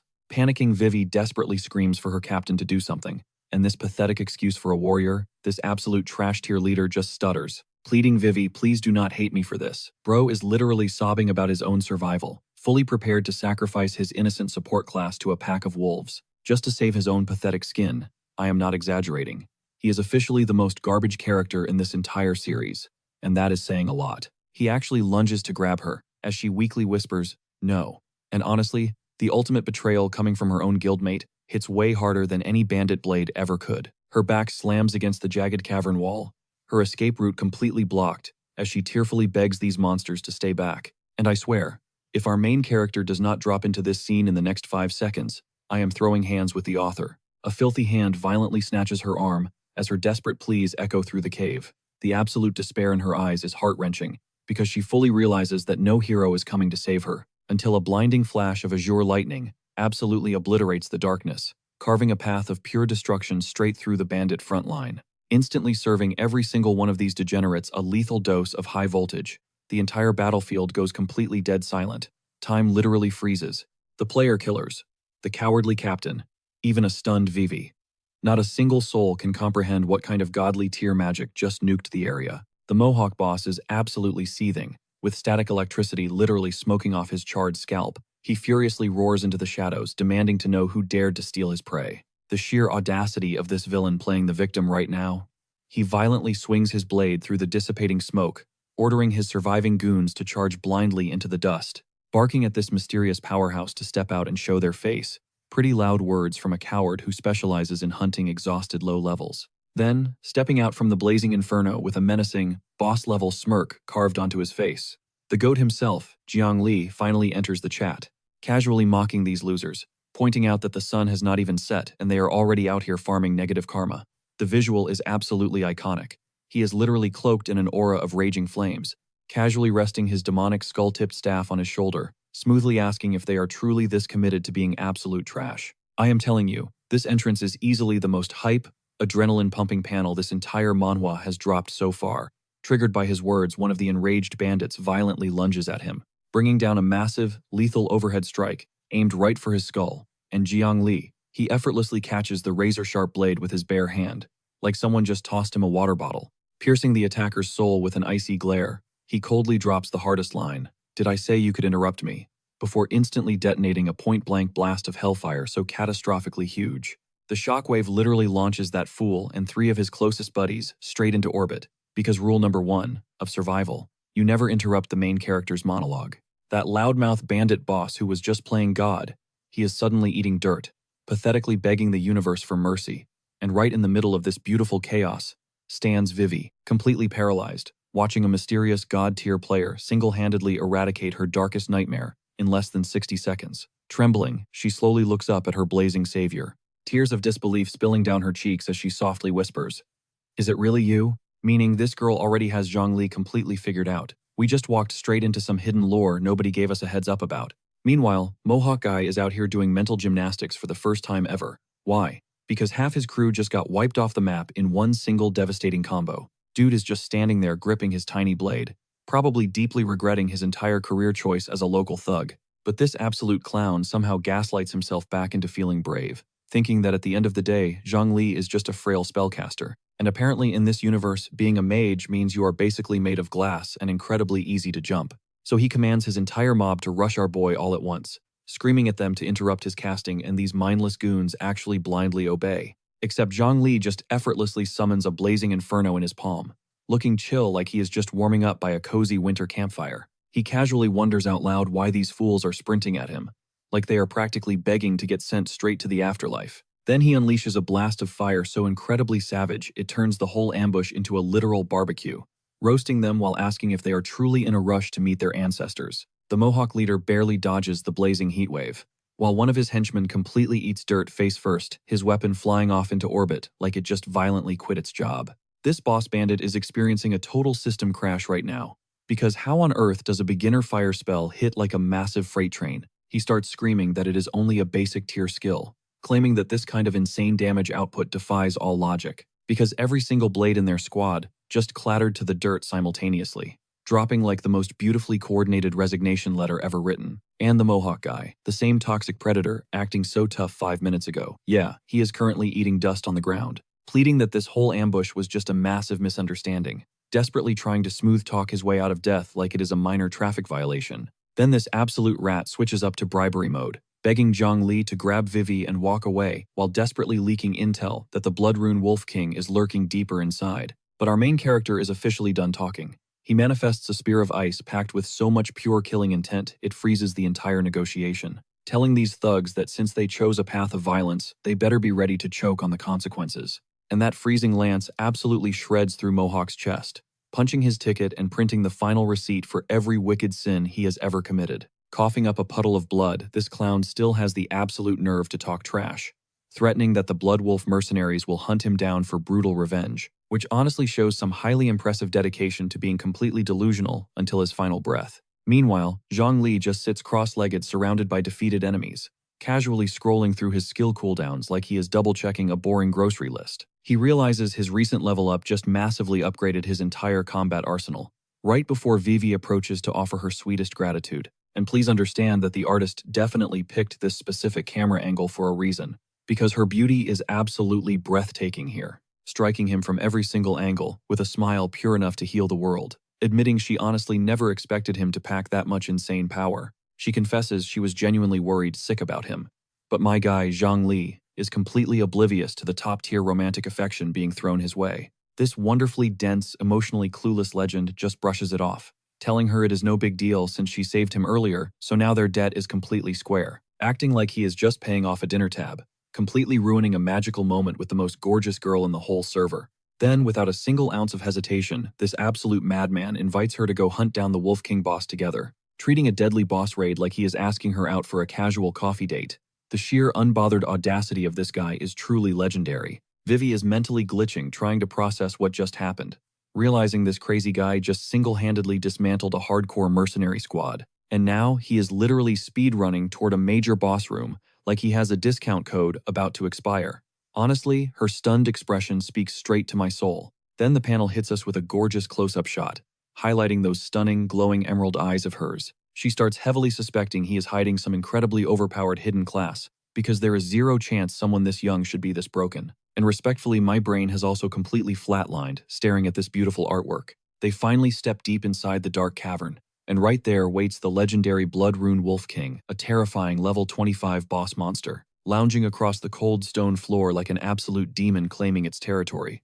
Now let me break down the alarming math for you all. Zhongli is only level 20, having just barely touched Black Iron rank. Yet this monstrous beast is sitting a full 5 levels above his weight class. Add a massive boss stat multiplier on top of that massive gap, Vivi instantly voices what every sane player is thinking, asking if just 2 people can actually take this nightmare down, which is easily the most rational question asked in this entire storyline. But Zhongli faces impossible odds with the exact same fearless energy every time, claiming they will never know unless they try, and immediately launches a blistering fire lance right between the Wolf King's eyes, because playing it safe is simply not in our boy's vocabulary. The massive explosion instantly floods the dark cave with scorching intense heat. For a split second, it feels like this raid might actually be a total breeze. Except the system screen refuses to give him any good news. 0 critical hits and absolutely 0 weakness indicators pop up, meaning fire damage against this beast is like tossing a warm napkin at a heavy military tank. And the giant Wolf King takes that initial attack highly personally, bursting right through the roaring flames, screaming that these pathetic intruders are about to meet a gruesome end. And the fact that this beast can actually speak, that just cranked the nightmare fuel to 11. Zhongli stares up at this absolute skyscraper of a boss, completely mind-blown that a wild mob is dropping full sentences. But his gamer instincts instantly kick into overdrive, brute forcing with fire as a dead end. But wait, the Wolf King has absolutely 0 magic resistance. This raid just morphed into a high-stakes puzzle. He trashes his original strat in a split second, and launches a crowd control spell. Glowing purple chains erupt, locking down the giant beast. Because if you cannot melt the boss, you cripple it. The debuff lands perfectly. The Wolf King immediately stutters, choked by crackling phantom energy, while critical damage markers explode into the air. For a brief second, this untouchable apex predator actually looks mortal. But a crippled raid boss is still a raid boss. It literally shreds through the magic chains and lunges forward, packing enough kinetic force to shatter the bedrock. Zhongli desperately throws up his light armor barrier, but the impact utterly deletes his hit points. His shield shatters like tempered glass under a sledgehammer. Red warning signals flood his vision. The tutorial phase is officially over. Zhongli scrambles back, adrenaline spiking as he realizes he was 1 frame away from a total wipe. Even heavily debuffed, this monster is ignoring the physics engine entirely. That brutal 5-level gap is no joke. He immediately pivots to cryo magic. Frost gathers at the tip of his staff, flash freezing the oxygen in the cavern. If raw power is off the table, surgical precision is the only play left. Enter Vivi, proving exactly why she belongs in this raid. She drops a massive magic amplification buff, instantly doubling his damage output. Having a top-tier support locking down the backline is literally the ultimate cheat code for any party composition. The radiant buff washes over Zhongli, hitting his stats like a developer-mandated hotfix. Brilliant golden aura entwines with his biting frost. Bro just secured a god-tier upgrade right in the middle of a boss fight. But the Wolf King instantly reads the attack vector, sidestepping the boosted ice projectile. With veteran combat instincts, Vivi gasps, her blood running cold. That was supposed to be their ultimate finisher. But a sly smirk creeps onto Zhongli's face. The miss was the actual bait. Fresh frost dances across his fingertips. He mutters that the dodge was perfectly calculated. This absolute madman of a strategist just manipulated a level 25 boss into stepping on a landmine. The true payload detonates directly against the beast's blind spot. A massive critical strike notification lights up the gloom. Zhongli drops the hardest flex of the entire battle, smoothly, declaring that he stole this exact fake-out from countless boss raids. Turns out this tactical genius had fully memorized the anatomical flaws of every single wolf mob he had ever farmed. The glaring weakness is anchored right at the waist. Vivi stares at his back, looking at this supposedly fake mage like he just unlocked the secrets of the universe. The alpha is brutally staggered now. Crimson aura aggressively pulses through its rippling veins, each breath a violent storm of pure malice. But the menacing drop of its shoulders screams one thing. This survival horror is about to escalate into an absolute nightmare. The monstrous canine throws its head back, unleashing a shockwave howl that splinters the ceiling. Anyone who has touched a controller knows exactly what that cursed animation triggers. Vivi screams a frantic warning. The raid boss just entered its enrage phase. Oppressive crimson light violently floods the cavern, the universal indicator that the difficulty slider just snapped from hard to impossible. Things immediately crossed the line from bad to catastrophic. The king did not just buff its stats, it summoned an execution squad. Dozens of blood wolves literally melt out of the shadows, like a demon portal just ripped open. Zhongli's eyes lock onto the furious pack, instantly recognizing the stampede that nearly trampled him earlier. The chilling realization hits. The king was controlling the horde. From the very beginning, he just kicked down the front door of the Puppet Master's stronghold. The colossal alpha looms behind its vanguard, radiating the most disrespectful aura ever programmed into a monster. This boss is not just a brawler, it is the general of a nightmare army. But Vivi refuses to back down. She chains mana regeneration abilities while blanketing the approaching horde in heavy, slow effects. Her immaculate support rotations are transforming this suicide mission into an absolute masterclass of duo combat. Standing dead center on a glowing crimson spell circle, Zhongli squares up against the apocalypse. This cinematic standoff is easily the most reckless suicidal move he has pulled off yet, which for him is truly saying something. Without hesitating, he nukes the entire vanguard with a devastating rotation of fire barrages. Experience point notifications waterfall across his vision. Like endless slot machine jackpots, this absolute unit is actually speed farming the boss minions, as if they were a bonus stage. He quickly calculates that the claustrophobic cave geometry forces his spells to land with 100% efficiency, weaponizing the boss's own swarm tactic into a limitless all-you-can-eat experience buffet. And then the ultimate galaxy brain realization strikes him, flooding this tiny arena with expendable minions completely body-blocked the Wolf King, which means the boss literally played itself worse than any debuff ever could. So our absolute madman locks gazes with the Wolf King, staring straight into those glowing crimson eyes, and delivers a bone-chilling ultimatum. Spam that summon skill one more time. That is, if you want to keep breathing. Because this absolute menace just weaponized a boss ultimate, turning a deadly mechanic into his own personal power-leveling buffet. And the Wolf King? It answers with nothing but pure unbridled fury. No mere mortal has ever dared to disrespect its signature move like this.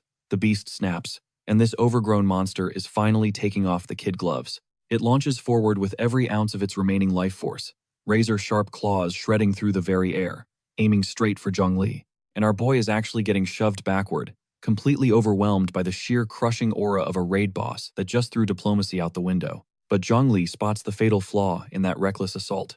Crimson flames spiral violently in his palm, as he whispers that the perfect execution window is finally open. He detonates his entire magical reserve, unleashing a catastrophic hellfire blast that swallows the corrupted beast entirely. The system immediately chimes with a glorious level 14 ping, while the deafening howl shaking the cavern walls is either a tragic death rattle or the sound of the thickest loot piñata popping open in series history. System notifications for experience points are absolutely flooding his vision, flashing endlessly like a broken Vegas slot machine, because this absolute mad lad literally milked an entire minion wave for maximum gains. Even Vivi is vacuuming up massive chunks of passive experience, literally just by breathing in his general vicinity. Honestly, that is the most relatable away-from-keyboard carry strategy ever witnessed.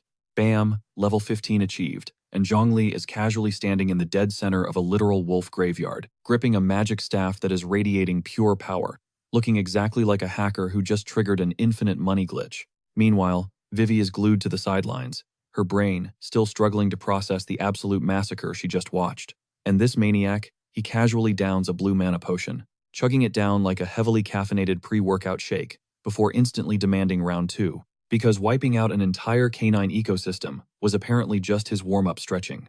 But then, an absolute galaxy brain realization smacks him like a runaway freight train.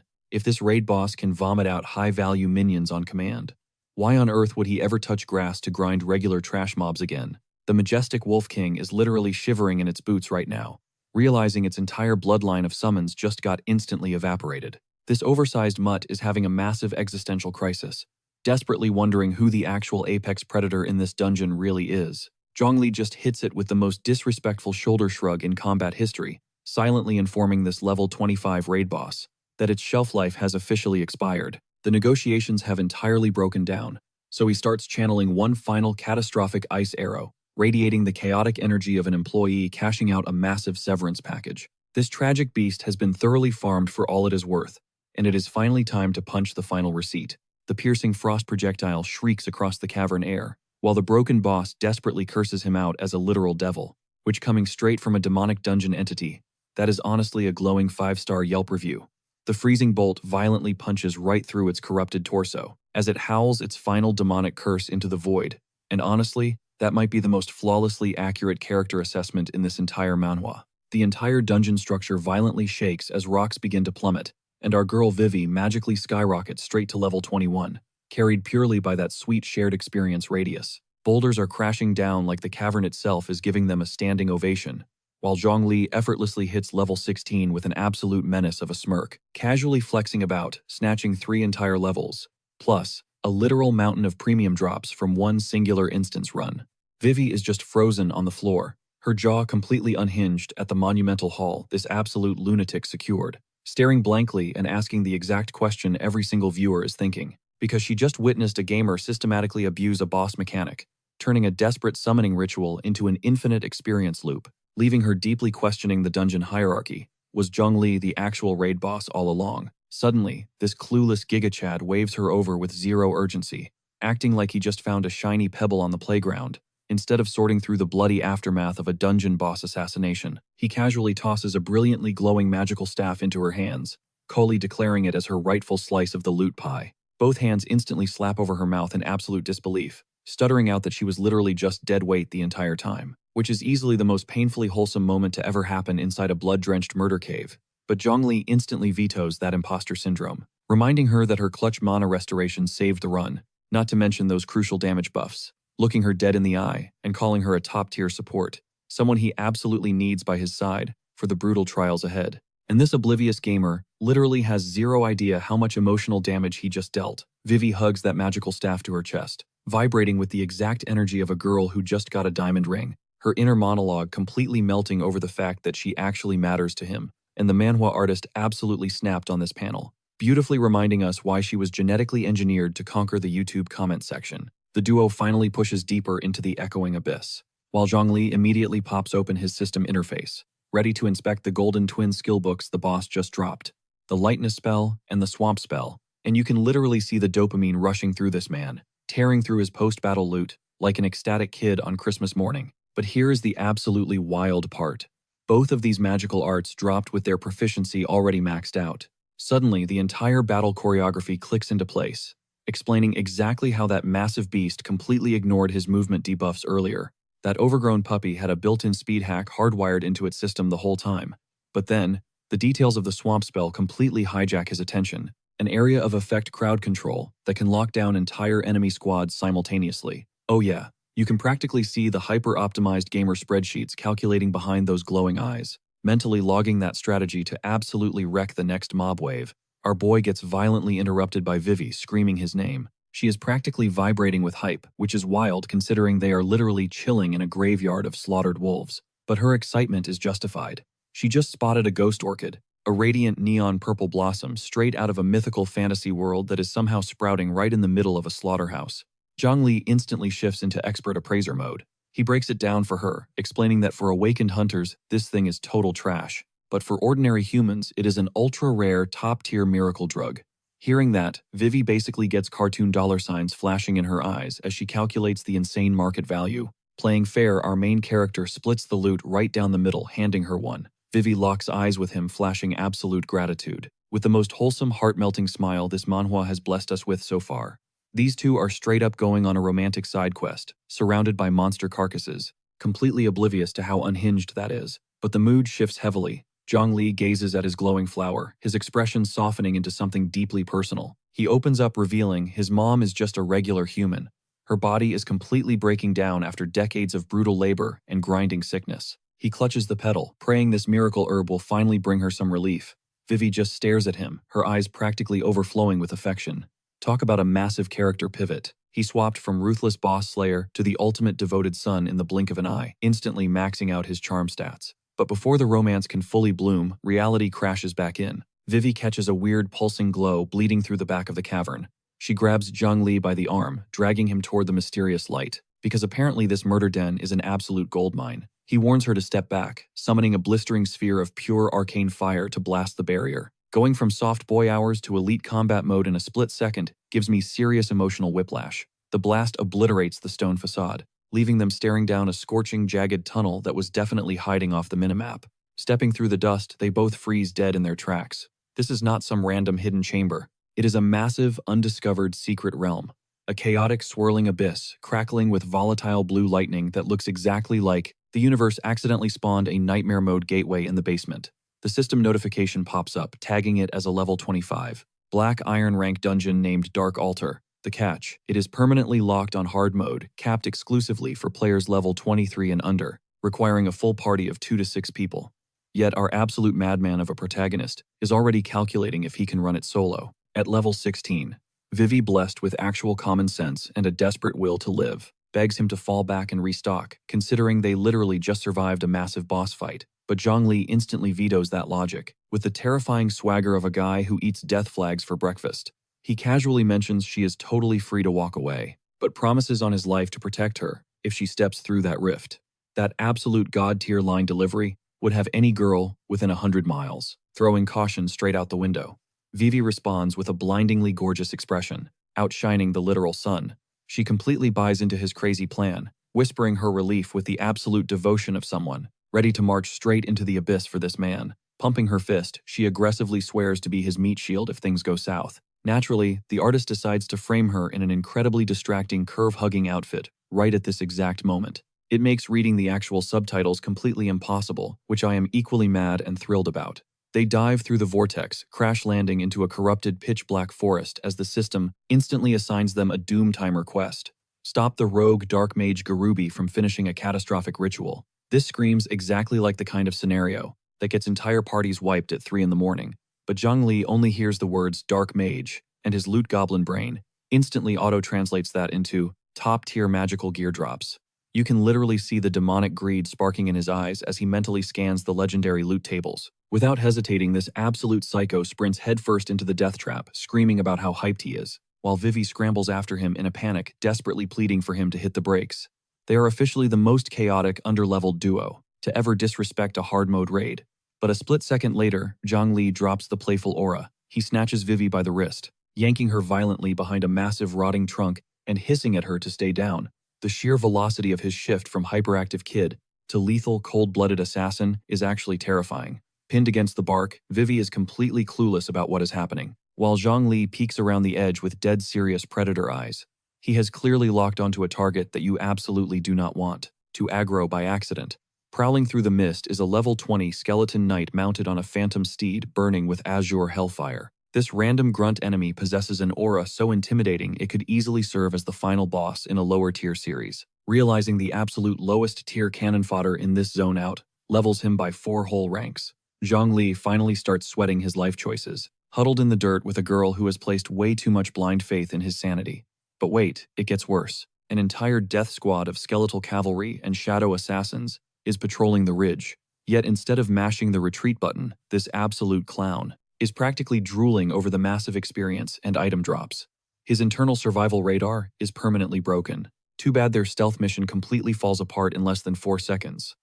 The undead squad locks onto them instantly, and the sheer panic on their faces is absolute cinematic gold. Operation Stealth just went completely up in flames. A horde of skeletal knights comes charging through the shadows, screeching about intruders, swinging their rusted blades with absolute murderous intent. Zhang Li barely drops into a combat stance before the vanguard hits. Luckily for our guy, these undead grunts swing like literal level 1 mob characters, broadcasting every single strike a mile away. If these boneheads had even a single brain cell left, this skirmish would be a totally different story. So, he figures it is the perfect time to beta test that new swamp skill he looted from the Alpha Wolf. He slams his staff into the dirt, infecting the entire battlefield with a glowing emerald sludge. Because who needs a practice dummy when you can just limit test in a life or death situation? The skeletal warhorse instantly plunges into the toxic mire, swallowing them like hungry quicksand.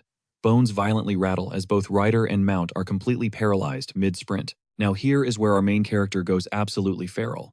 He follows up the crowd control by igniting a massive fireball in his palm. That devilish grin on his face, it means these trapped mobs are about to experience the devastating combo of heavy lockdown and raw area of effect damage. The blast absolutely vaporizes the swamp zone. Charred ribs and skulls rain from the sky like a bomb just went off in a graveyard. This maxed out swamp ability stretches across a ridiculous 30-meter radius, meaning this one single skill just evolved Zhang Li from a solo targeting rogue into a walking nuke against massive hordes. He flexes over the dissolving undead, casually realizing he might never have to sweat in a one-on-one duel ever again. Those desperate bony fingers clawing at his boots just make this the coldest, most disrespectful victory pose we have seen yet. Suddenly, a heavy crash echoes from deep within the cursed woods. Vivi immediately tenses up, wondering if another squad is actively raiding a boss room. After all, they cannot be the only psychos insane enough to dive into this hellhole. Zhang Li connects the dots in a heartbeat. He guesses another party must have accidentally aggroed the Dark Mage way ahead of schedule. He commands Vivi to hold the line while he scouts ahead totally alone. Because honestly, this guy's addiction to solo leveling is practically incurable. Pushing through the brush, he discovers a full raid party of heavy knights getting absolutely shredded by the skeletal vanguard. Their frontline tank is practically coughing up blood, screaming for an emergency escape scroll, because this entire squad is literal seconds away from being wiped out. But right in the eye of this chaotic storm stands a violet-haired goddess, a top-tier beauty who just permanently altered my brain chemistry. and shattered my entire priority list. Seriously, she is glowing like the head artist's absolute magnum opus. Suddenly, a giant undead cavalry unit crashes into her bodyguard like a runaway freight train. The dude barely raises his heavy shield, before the sheer kinetic force crushes him face first into the dirt. Another monster lunges forward to deliver the fatal execution, and the guard's eyes blow wide open. His blocking arm is completely shattered. There is absolutely zero defense left between this nightmare cavalry and a total bloodbath. Boom Zhongli instantly materializes, using his light armor skill, parrying the death blow, like he specifically choreographed this entrance for peak cinematic glory. And knowing our resident edgelord, he definitely did. The stunning violet-haired girl spins around, and the name that slips past her lips is none other than Zhongli.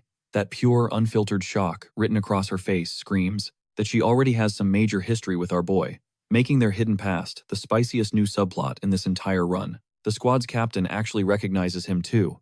He blurts out Zhongli's name, remembering him from the Hunter Academy, sounding utterly mind-blown that the literal worst student in their class just tanked a hit from a level 20 monstrosity. Then reality hits him. Zhongli literally just survived his awakening ceremony a few days ago. You can see the gears turning in the captain's head, desperately trying to calculate how a rookie trash-tier hunter is casually standing in a hard-mode zone, deflecting strikes that nearly snapped him in half. Gripping his wounded arm, the knight barks that these cursed beasts are way out of a beginner's league, and they refuse to play babysitter right now, which officially ranks as the most delusional, confidently incorrect statement ever muttered by a man who is literally being saved from death. Zhongli just brushes off the disrespect with a smirk icy enough to freeze hell. He is fully preparing to humble every single elite pro standing in this clearing, and he already tastes the victory. Telling them to save their breath, he instantly detonates a cataclysmic firestorm, swallowing the entire undead vanguard in blazing fury. It is like the whole forest just got slapped with a fiery eviction notice. The brainless skeletal riders blindly charge through the inferno, because the undead possess zero survival instincts, sprinting headfirst into a solid wall of scorching magic that instantly vaporizes their bones into white ash. Plus, 40 experience points pop up per kill, spamming his system notifications 4 times in a single breath. This absolute menace just harvested more raw experience in 5 seconds than this so-called elite guild farmed during their entire dungeon dive. He casually scratches the back of his neck, completely unbothered by the blazing carnage, and just whispers, "Done." A blue system screen flashes, announcing his promotion to level 17, ringing out like a digital receipt for absolute battlefield dominance. That same arrogant captain who just ordered him to run away. He is standing there, completely paralyzed, jaw glued to the floor, violently stuttering as he processes the total massacre. Just one devastating strike. That is all it took. The sheer mind-bending shock is literally short-circuiting this dude's entire reality. The purple-haired absolute stunner is just watching the whole scene unfold, whispering that this guy is seriously built different. Her golden eyes are literally glowing, like she just hit the jackpot, and honestly, the way the artist cooked up this panel needs a warning label. Meanwhile, her knights instantly flip from begging for help to massive ego-tripping screaming at our boy to get lost. It is hands down the most pathetic amount of cope I have ever witnessed from grown men in armor. But the purple-haired queen just completely ignores them, marching straight up to Zhongli. She flexes that she totally called his hidden potential. And our oblivious king literally has zero clue who he is talking to, since his social radar has been permanently disconnected from the server. But suddenly the gears shift, and it hits him. Wait, you are Mo Qingqing, that prodigy chick, stepping neck and neck with Li Moen, meaning he is currently standing face-to-face with top-tier academy royalty, and she has been secretly scouting his moves this entire run. Qingqing hits him with a warning about the dungeon's threat level, while her knight throws shade from the back, claiming Zhongli merely kill-stole the mobs they had already softened up, which is easily the wildest, most delusional cap ever spit, by a dude who was literally eating dirt barely 30 seconds ago. The guards puff out their chests, flexing their elite black iron status like it means something. They tell him to step back, and the sheer volume of unearned confidence radiating off these guys could genuinely power an entire grid. Zhongli absolutely could not care less about their resumes and straight up pivots to leave. He has a boss to hunt, and these bottom-tier NPCs are just wasting his time. Throwing one last glance over his shoulder, he mentally logs the fact that this squad gets clapped by tutorial-level trash mobs, confirming they pose zero threat to his boss loot monopoly. But Qingqing is not letting him walk away that easily. She intercepts him, dropping the hard truth that he is probably not even sitting at black iron yet. And the specific way she frames that sentence is a dead giveaway. She is brewing up an offer he cannot possibly reject. Yet, our guy casually leaks that he is already sitting at level 17 and ranking up is basically just a side quest at this point. Qingqing just freezes, desperately trying to compute how a dude who caught his awakening mere days ago is already crashing her tier. The utter disbelief painting her face is completely unscripted, because hitting level 17 that fast while casually humiliating trained Black Iron pros is the exact type of scaling that breaks the game's entire meta. She is literally internally debating whether she just found a generational talent or a walking cheat code. So she reaches toward her collarbones, flashing this brightly glowing pendant, and straight up asks him to carry the dungeon run.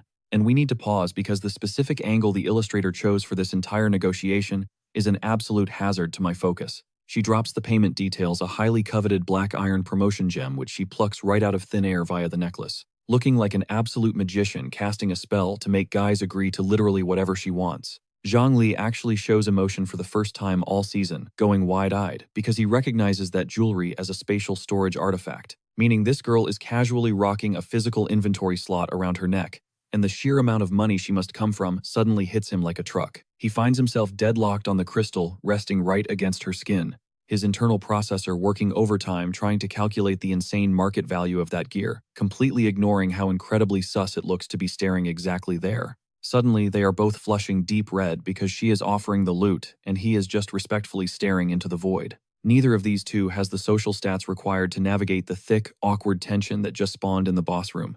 She quickly crosses her arms over her chest, snapping at him to quit staring at it.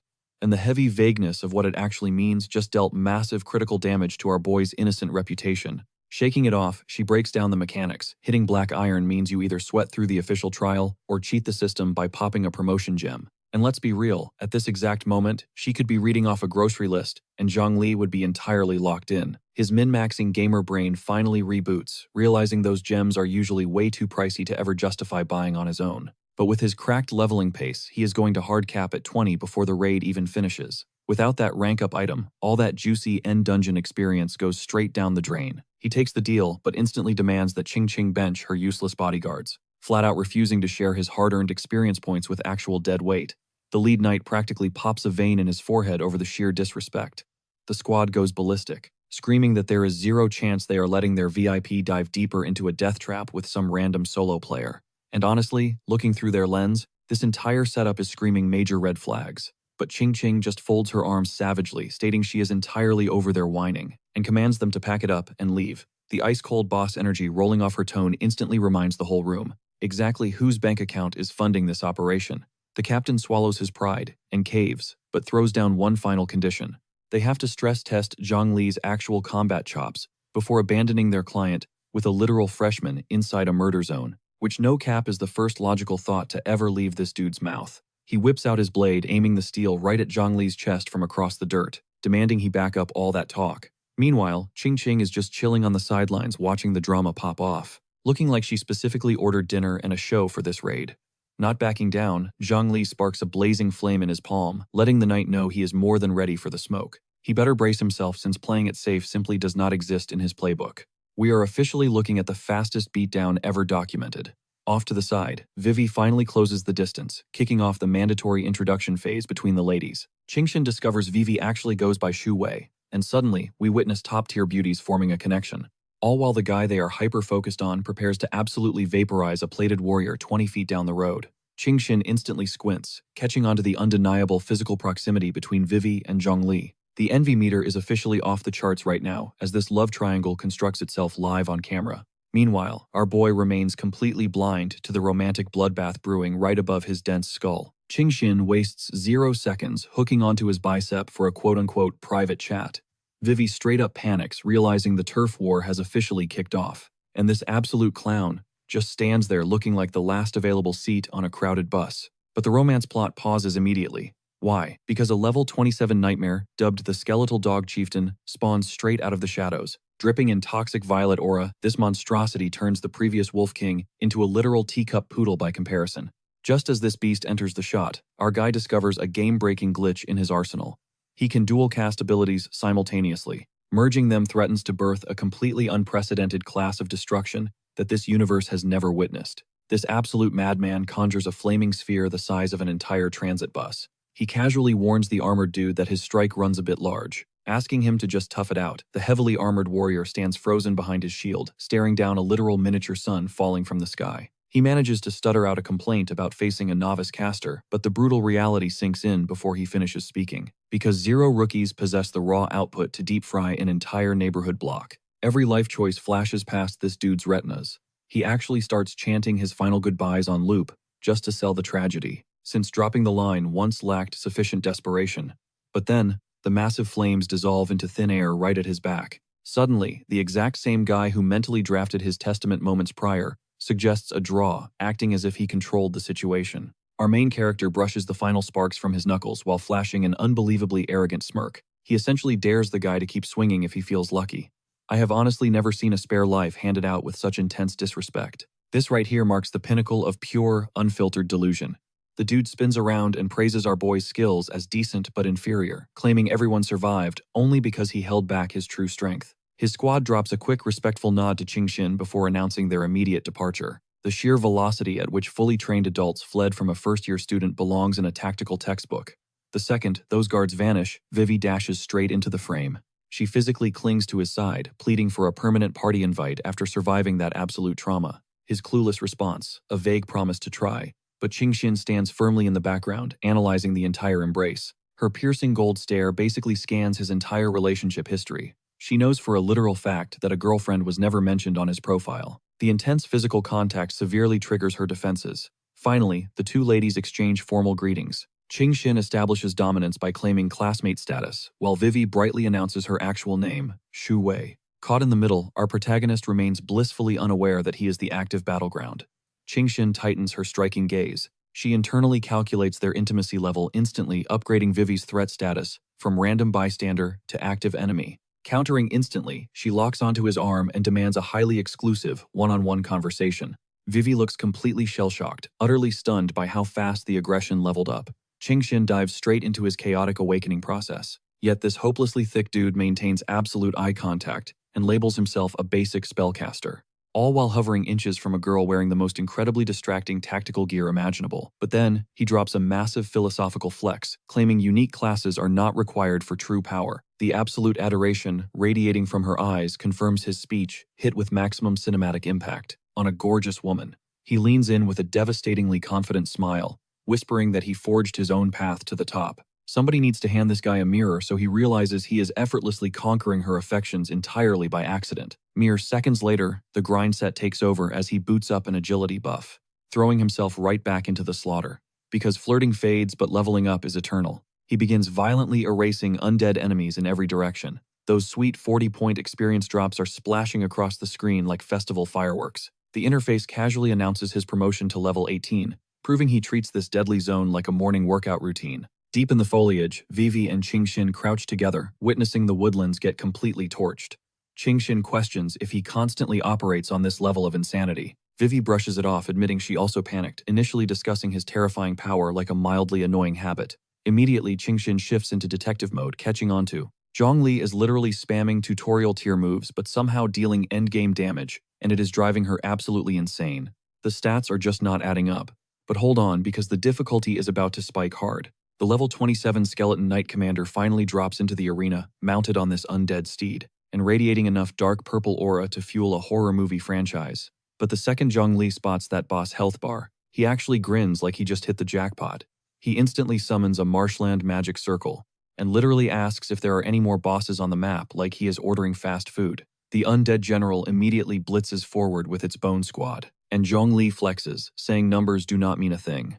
That is the exact type of trash talk that either cements your legacy or sends you straight back to the lobby. His mud trap instantly locks the entire skeleton wave in place, trapping them in quicksand fueled by sheer disrespect. He arrogantly points out that with the right crowd control, these spooky, scary skeletons are practically zero threat. Except the commander effortlessly shatters the trap, fixing its glowing red gaze on our boy with terrifying killing intent. It is basically screaming, "I am not some low-tier fodder," before totally blindsiding him and ramming its undead horse into him at max velocity. The brutal collision sends Zhongli flying. He completely failed to realize how fast a creature with zero muscle mass could actually move. He gets completely ragdolled through the air, and Qingxin shrieks in panic. We just officially went from easy mode to a full-blown survival crisis. Then the boss immediately whips around to face the girls. Apparently this monster is programmed to hunt the squishy backline first. Vivi absolutely loses it, realizing an armored skeleton on horseback just bumped them to the top of its hit list. But Vivi locks in, telling Ching Ching to go rescue Zhongli while she pulls the aggro.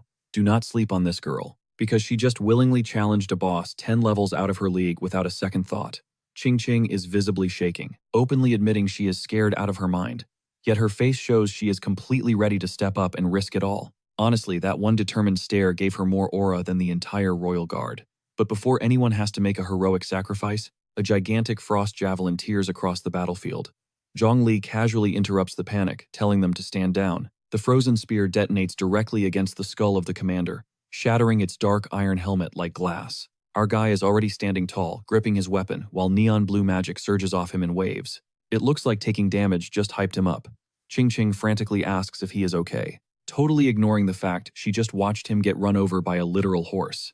Turns out his agility buff absorbed the worst of it. If that spell was down, he would have been instantly one-shot. Basically, his plot armor was disguised as a status effect. He quickly analyzes the situation, realizing this elite enemy has ranged gap closers he totally failed to predict. A fresh streak of blood on his cheek proves the boss music has officially kicked in. Vivi rushes over and instantly drops her recovery spells on him. I am not gonna lie, her god-tier support plays are the only reason this squad did not get squad-wiped 3 chapters back. Fully restored, Zhongli launches himself back at the monster in a streak of blue lightning. This absolute madman treats lethal damage like pre-workout. But then Ching Ching completely steals the show. She brings her hands together and summons a blinding gold aura that literally turns the dark forest into a holy sanctuary. She starts chanting ancient blessings to buff her squad and slap massive debuffs on the enemy.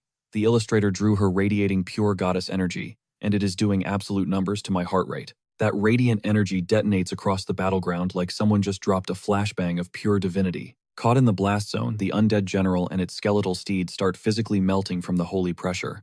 It creates the ultimate window of opportunity, and someone screams to drop the AoE nukes right now. Zhongli starts channeling massive chains of electricity encasing his body in enough raw voltage to jumpstart an entire city grid. This specific artwork goes unfathomably hard, showing him unleashing a devastating fusion of holy and thunder magic directly into the boss. It hits like a billion-volt orbital strike, vaporizing anything unlucky enough to be in the way. Both Zhongli and Vivi are stunned by the sheer DPS output. He is shocked by the massive numbers, while Vivi quickly calculates that the holy aura is supercharging his attacks. Vivi immediately breaks down the stat boosts because her tactical gamer brain literally never sleeps. She points out that this buff infuses the team with holy damage, inflicts heavy armor, breaks, and blind statuses on the enemy, and basically acts as a massive damage multiplier. That is when the realization finally hits Vivi. Ching Ching actually holds the hidden class known as Holy Priest, proving that this shy girl is secretly wielding the most ridiculously overpowered support role in the entire universe. She was literally masking her OP status behind that innocent stare. Seriously, is every single thing about this girl absolutely top tier? Unfortunately, the commander forcibly cleanses its stun debuff and starts regenerating, because a level 27 boss does not just get one tapped by a single combo. Brushing off the flashy aesthetics, Zhongli barks at Xing Xing to refresh those buffs, while Vivi instantly starts cranking up his magic DPS. Suddenly, this random trio is vibing like an elite esports roster that has been grinding together for seasons on end. But the boss decides it is sick of playing turtle and full sprints straight past the vanguard gunning for the squishies. It's twisted logic. If wiping the main damage dealer is impossible, it might as well erase the healers off the map.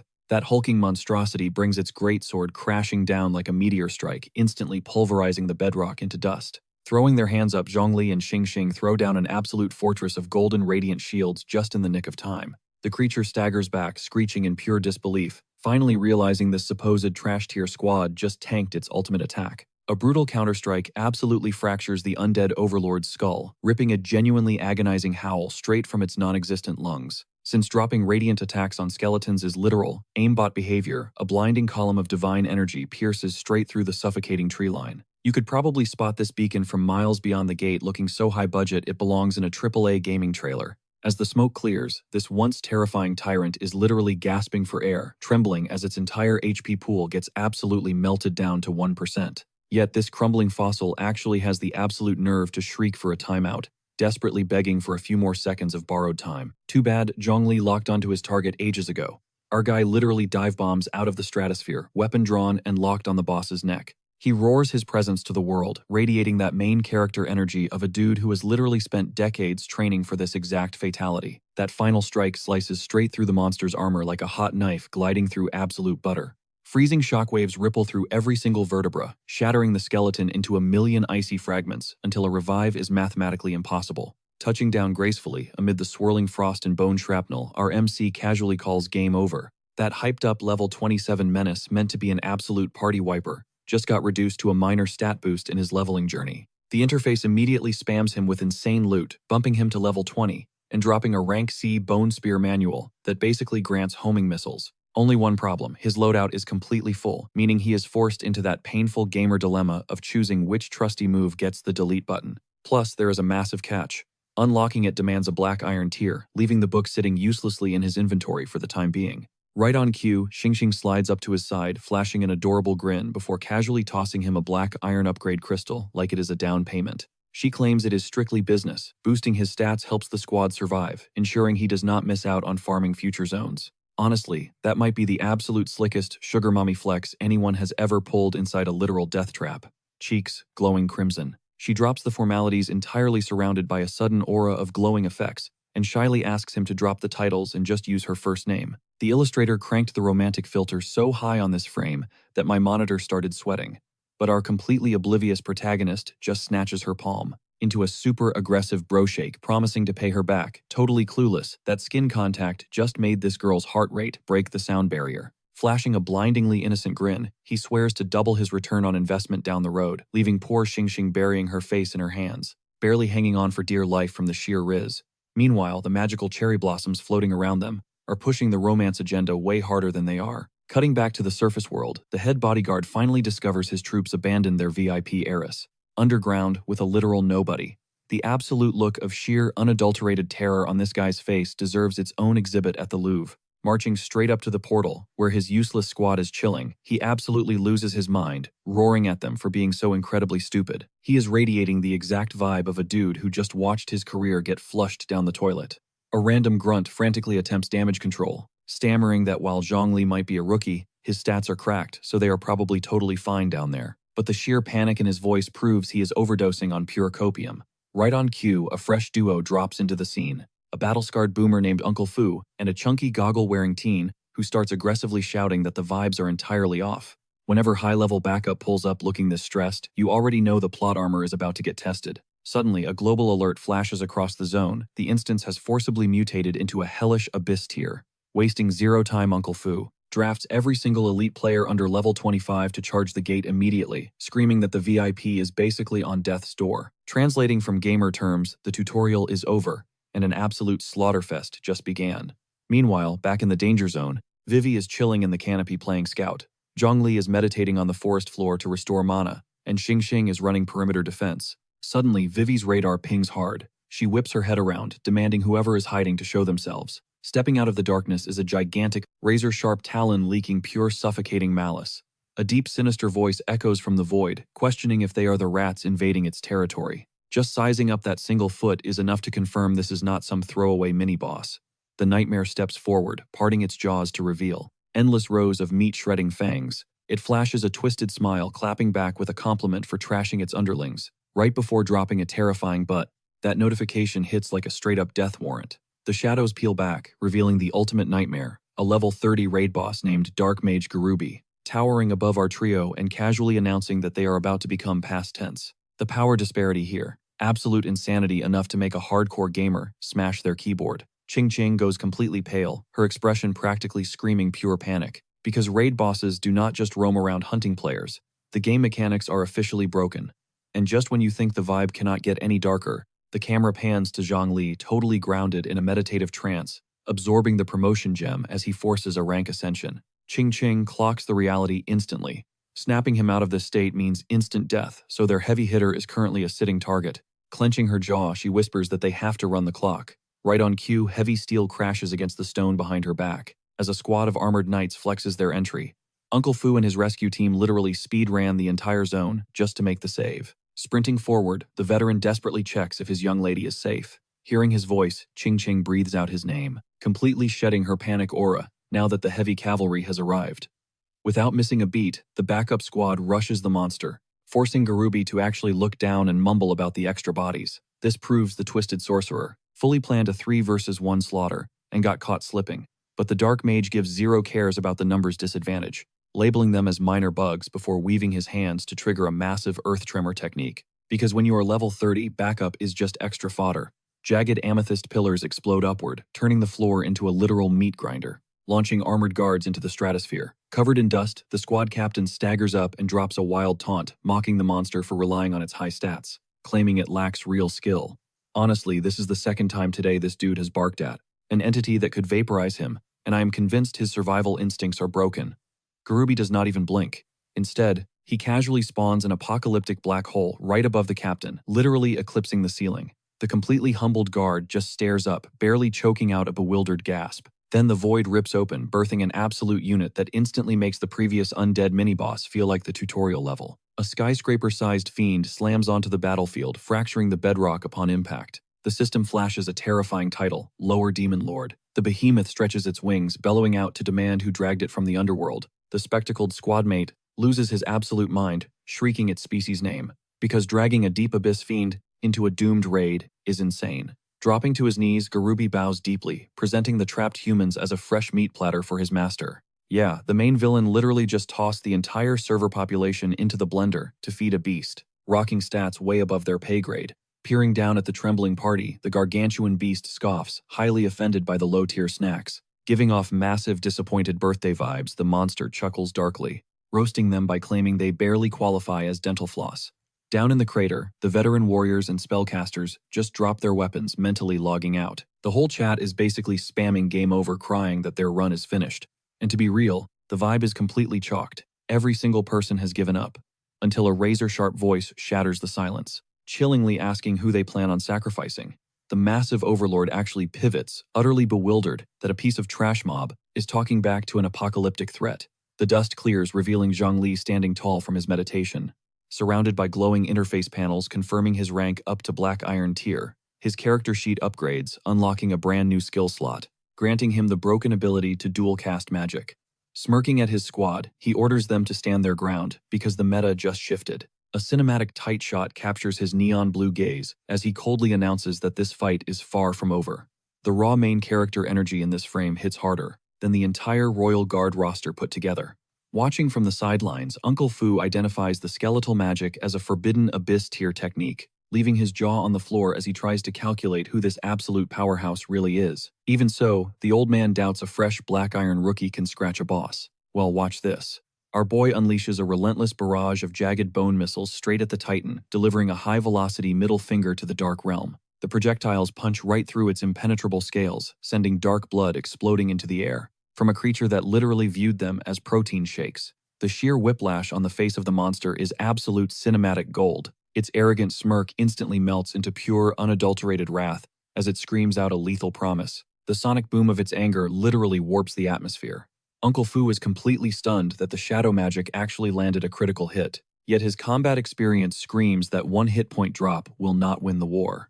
He makes the split-second tactical decision to go all in, knowing that playing defense here just delays the inevitable. Rallying every breathing soul in the cavern, he calls for an absolute suicide charge, screaming at them to form a wall around the heiress. For the first time since this raid started, the panicked extras finally lock in like hardcore veterans, rather than useless background props. The collective guild burns their cooldowns, sparking a massive pyrotechnic explosion right across the chest of the behemoth. The whole area erupts into a blinding pyrotechnic nightmare. Through the chaos, Uncle Fu snaps his gaze to Zhongli, screaming at him to get the lady out of this death trap. Watching this grizzled veteran willingly plant his feet to face down a literal demon lord, just so the rookies can bolt, that is the kind of heroic final stand that absolutely guts you. Surrounded by a roaring inferno, the old man readies his weapon and drops the ultimate heavy responsibility right onto Zhongli's shoulders. You can see the chilling peace in the veteran's eyes. He already knows he is punching a one-way ticket straight to the afterlife today. But Garubi is totally overplaying nice with mere mortals. He channels a toxic violet nuke so insanely dense that reality itself starts bending around the blast, shrieking about crushing pathetic bugs, signaling that the raid boss phase just locked in and the kid gloves are officially off. Then the shockwave hits. A tidal wave of violet destruction vaporizes everything in its path, completely swallowing the arena. Can the old man actually tank this? Can Zhongli keep the squad breathing? Can a newly minted Black Iron mage actually kite an apocalyptic threat? The suspense is literally keeping me on the edge of my seat. Suddenly a figure tears through the toxic smoke. It is Uncle Fu. Weapon gleaming, he bellows, a furious war cry, charging in like a warrior totally at peace with his own doom. The absolute shockwave of his brilliant golden strike, smashing into the demon's apocalyptic void blast, triggers an explosive eruption that feels like two divine beings tearing the atmosphere apart. The debris clears. The absolute legend is miraculously still on his feet, lungs burning for oxygen, knuckles white around a violently shaking hilt. Corrupt energy sizzles across his battered form. Crimson stains soak through his heavy plating, while he spits venomous curses at the monster through a clenched jaw. Because he dumped his entire stat bar into that one clash, and it barely made a dent, so the veteran pulls the ultimate Chad move. When the power scaling breaks, he opts to blow every last drop of his mana on a suicide strike, just to buy the VIP a few precious seconds, even knowing it is going to flatline him. He rockets skyward, screaming out his ultimate skill, Sword of Judgment. A blinding, radiant aura engulfs his weapon as he brings it crashing down toward the monster's skull, looking like the literal wrath of heaven. The steel, deadass, smashes right into the beast's defense. A fireworks display of radiant energy explodes off its impenetrable scales, forcing the colossal threat to stumble, completely stunned by the audacity. But before the old man can even crack a smile, a brutal retaliation obliterates his defenses, shattering his stance and flooding his nervous system with pure agony. The titanic boss grips the grizzled warrior by the skull like he is a cheap toy, mocking his pathetic power level. Just seeing their silhouettes side by side is giving heavy vibes of a heavyweight champion, bullying a helpless kitten. With a flick of its wrist, it yeets the veteran across the battlefield with the effortless brutality of flicking away a mosquito. The veteran gets launched through the air like a broken ragdoll, slamming into the earth with a sickening crack that guarantees multiple ribs just snapped in half. Qingxing shrieks his name, absolutely paralyzed by panic, and the usually stone-cold Zhongli visibly snaps out of his calm demeanor. Because witnessing your high-level carry get completely low-diffed fundamentally rewrites the survival odds. A desperate voice begs the old man to fall back, while the boss stomps through the rubble, exuding an oppressive aura that feels like the sky is caving in. The monster eclipses the battered warrior, smirking at their pathetic arrogance as the veteran struggles just to keep his eyes open. But right as the executioner readies the final strike, a literal iceberg weaponizes. A gargantuan razor-sharp crystalline spear shreds through the atmosphere, locked onto the Titan's blind spot. It blasts into the behemoth with unholy kinetic energy, forcing this literal walking catastrophe to stumble. For the very first time in this entire raid, something actually broke its combo. Zhongli hones in on that split-second window, roaring at the squad to make their move, while the battered veteran bleeds out on the floor. And this absolute madman is dead-ass stepping up to 1v1, the nightmare that just team-wiped them. The old man desperately drags himself away, while Zhongli taunts the boss, sliding right past a lethal right hook with the insane evasion of a daredevil who forgot what fear feels like. The Titan's features contort into demonic fury, bellowing a thunderous demand to know who has the nerve, sounding like an emperor who just took a pie to the face from a street rat. The dust clears to reveal Zhongli, a rookie black iron mage casually holding a frost-forged polearm pulsing with neon azure mana, calmly announcing he is taking over the fight. The sheer disrespect is off the charts. He rockets straight at the giant, slicing into its impenetrable hide with blistering spear combos. While loudly commanding the healers to start doing their jobs, this absolute psycho is casually micromanaging his squad while boxing a god. The veteran screams from the sidelines, furious that the rookie abandoned the escort mission just to jump into the meat grinder, begging him to run so the seniors can finish the job. But Zhongli instantly hits him with a hard rejection, declaring he already mapped out the boss's exact vulnerability. The icy conviction in his tone is downright terrifying. Even the demonic tyrant is low-key panicking, wiping blood off its face, while glitching over how a low-tier scrub is dual-wielding magic, a feat that literally breaks the game's mechanics for his rank. What they are witnessing is an absolute masterclass. Zhongli fusing two distinct elemental classes into a totally unrecorded hybrid meta, manifesting a devastating glacial edge on his weapon. The Titan is absolutely mauling over being treated like a test dummy. It screams about inferior trash with such raw hatred. You can tell its pride just suffered a lethal critical hit. The monster lunges straight for the kill, shrieking about absolute blasphemy. Like seriously, being a bottom-tier iron mage who casually solos high-level threats is basically illegal down in the abyss. But our guy Zhongli just pops his speed skill and dances around this monster's haymaker like he is playing on 0.5 speed. The distance between that crater and where he is actually standing is straight up mocking the poor guy. Then he totally flips the script, spamming his frost lance right into the creature's wings. It is absolutely shrieking while he slices it apart like a holiday turkey. And then this total savage actually has the audacity to crack a smile and casually drop the fact that its wings are its fatal flaw. You cannot make this up. Bro is acting like he just aced a biology final. The beast's wings are completely mangled, and Zhang Li, deadpan, tells the thing its spellcasting days are over, leaving the monster completely stuttering and demanding to know how he figured it out. With the boss's entire kit utterly neutralized, our boy literally starts giving a TED talk mid-battle about his academy's anti-monster curriculum, hyping up how these abyssal freaks are mankind's ultimate ops. But on the inside, he is sweating bullets, knowing the core's location is a total coin toss. It is straight up RNG at this point. Suddenly both fiends burst out laughing, as Garubi gladly points out their insane regeneration stats. These paper cuts are going to patch themselves up in seconds, meaning our squad is officially on a hardcore timer. Here is where things take a super dark turn. Garubi randomly bolts straight for the boss, shrieking about needing a massive energy top-off right now. Even the big bad looks caught off guard for a split second. The minion starts pleading for its life while our crew just stares in absolute shock, knowing deep down that whatever drops next is going to be terrible for the good guys. The supreme boss snatches Garubi up and literally chugs its own henchman like a post-workout smoothie. I guess underworld loyalty comes with a strict shelf life, and it just expired. Garubi gets swallowed whole while agonizingly wailing, and the big bad loudly crunches on its underling's stats like popcorn at the cinema. Only this time, the monster is the main event. The overarching villain's physique starts violently expanding from the stolen stats, veins popping, as pure shadow magic floods into its corrupted veins.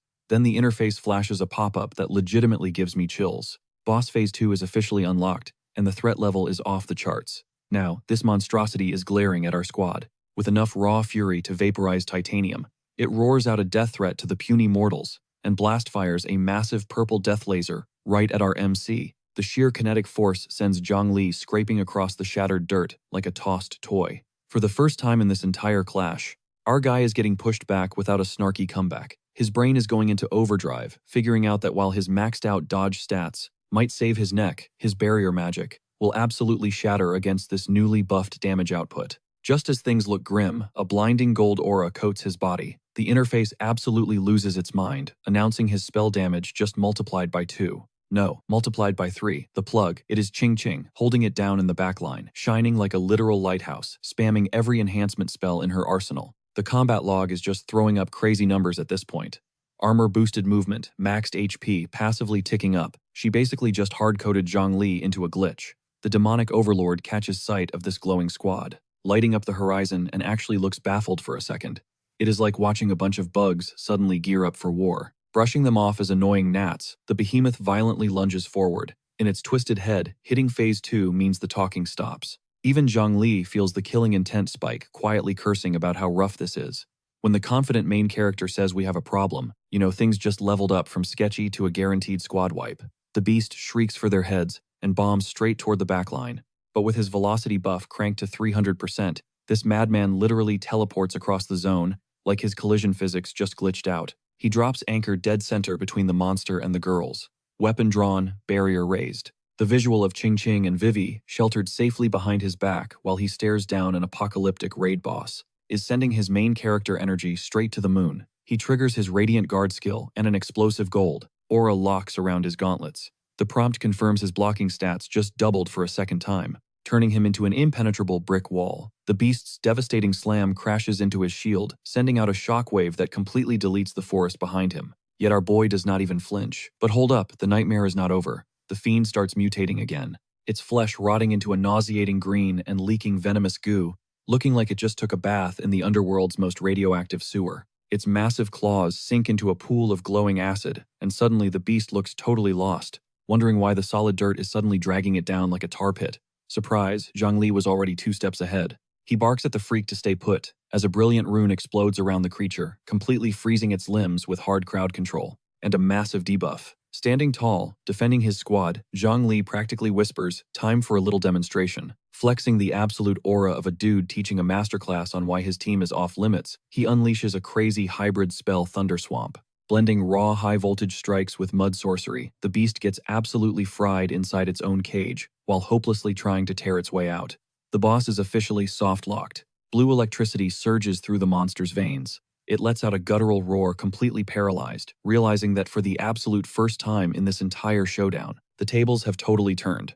Uncle Fu spots the opening and starts screaming at anyone holding support gear to spam every single power-up straight onto Zhang Li. He is literally their only ticket out of this dungeon alive. The system interface goes absolutely feral.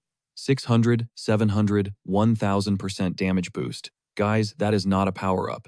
That is a straight-up Geneva Convention violation. The boss spots our boy closing the distance. It charges a massive beam right in its jaw, screeching about his sheer audacity. Because even while pinned down, this beast packs enough heat to erase an entire neighborhood. It unleashes the beam at point-blank range, calling him a massive idiot, right as Crimson Plasma nukes the whole battlefield. For a split second, you would swear Jiangli just got deleted from existence.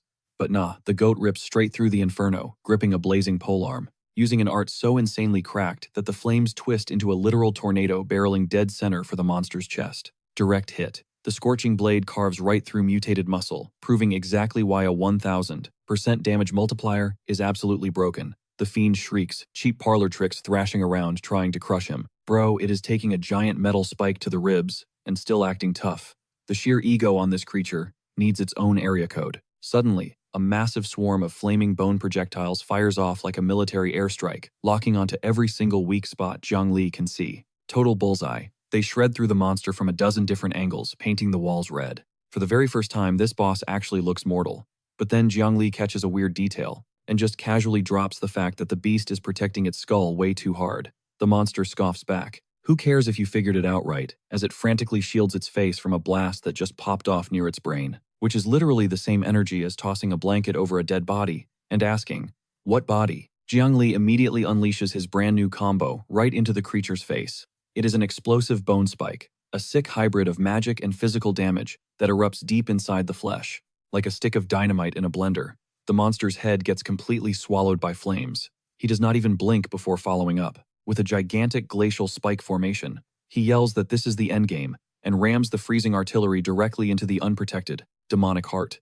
But the frost spike actually shatters inside the beast's cranium, and the agonizing shriek that rips out literally causes the whole cave system to earthquake. Vivian and the kid with the goggles cautiously peek out from the rubble, whispering to see if the nightmare is finally done. And real talk, I desperately need this fight to end, because my blood pressure has been through the roof for the past 40 chapters. Spoiler alert, it is not. A sinister glowing crimson pupil cuts right through the ash cloud and a deep rumbling chuckle echoes out. I swear that one single stare has more villain aura than every antagonist I have ever seen on screen. The monstrosity steps out of the smog, sneering. What a shame. What an absolute shame. It still eclipses Jiangli completely, making our MC look like a literal bug standing at its feet. Get this, the boss still has enough HP left to drop some trash talk. It smugly flexes that little stunt was their one and only shot at victory. And they completely fumbled. The giant frozen spear lodged in its chest starts sliding out like a tiny toothpick from a brick wall. But suddenly it stutters. The beast realizes its flesh is not stitching back together. Total panic sets in as it screeches. What did you do to my body? Watching a raid boss have an absolute mental breakdown is genuinely a top-tier cinematic experience. The camera pans right into Jiangli's face, rocking the most disrespectful smirk a low-tier mage has ever pulled off. He casually shrugs and says he just cast a basic debuff to tank its speed. Bro secretly nerfed the monster's regeneration while it was busy giving a villain speech. That is hands down the most savage big brain play of the entire season so far. The beast calls him absolute scum, raging about how some cheap gimmicks could never actually take down a supreme boss. But honestly, the cold sweat rolling down its ugly face completely exposes that those little gimmicks are hitting incredibly hard. Our guy just raises his hand, frost sparking off his fingertips. He tilts his head and mocks, "Oh please do not tell me you thought," wearing a smile that belongs on a grim reaper, clocking in for a shift. He stares the creature down, asking if it seriously believed that he only shot a single projectile. Boom. Hidden frost missiles in every single blind spot light up at once and skewer the monstrosity from 6 totally different angles. Like a perfectly timed demolition, the icy payload shreds right through the boss's core, all at the exact same time. The beast only manages to gasp out a pathetic impossible before completely bursting apart into chunks. And guys, this is exactly what you get when you sleep on the quiet kid who actually did the homework. The raid boss violently erupts in the background while our boy just stands there in the crater exhaling. Handled. Right on cue. The interface pops up to casually announce he just skyrocketed 5 whole ranks up to level 25. Because, as it turns out, one-shotting a dungeon boss drops some ridiculously juicy experience. The whole squad starts losing their minds as level-up alerts start flooding the screen, boosting everyone by 2 full ranks. Vivian collapses, crying out that the nightmare is finally wrapped up. A literal overlord just got turned into the absolute best loot drop in the history of this game. Uncle Fu observes our MC from the sidelines, mentally calculating that this kid is destined to become a god-tier legend. He decides right then and there to keep their guild firmly on his good side. High IQ, play right there. Bro just bumped Zhongli up from temporary muscle to top-tier stock. But Zhongli, he is deep in the trenches of his own brain, realizing standard black iron mages absolutely cannot fire off 2 spells at once. He starts piecing it together, guessing that maxing out every single skill must have triggered some insane hidden passive. My guy literally broke the matrix, without even knowing the cheat code. Right on cue, 2 armor-clad bodyguards start yapping. They actually claim they could have dropped that demon if they had the same buffs. Honestly, that is the most concentrated dose of copium I have ever seen random NPCs huff in my life. Vivi and Ching Ching slide up to our boy. Ching Ching immediately shuts down her guards' absolute garbage takes, while Vivi straight up admits he carried the whole raid. 2 gorgeous girls making a beeline for the MC right after the boss drops. The harem protocol is running flawlessly. But then our clueless king casually drops a "so what are you doing" later. Zero idea he is being low-key flirted with by 2 absolute queens at the exact same time. Naturally, that question just dialed the tension to 11. Vivi goes full anime sparkles. She vows to grind her levels shyly, asking to party up, once she actually has the stats to match him. The studio drenched this girl in so much glowing filter, I need sunglasses, looking way too flawless for a girl who almost just became Demon Chow. Then Ching Ching steps up.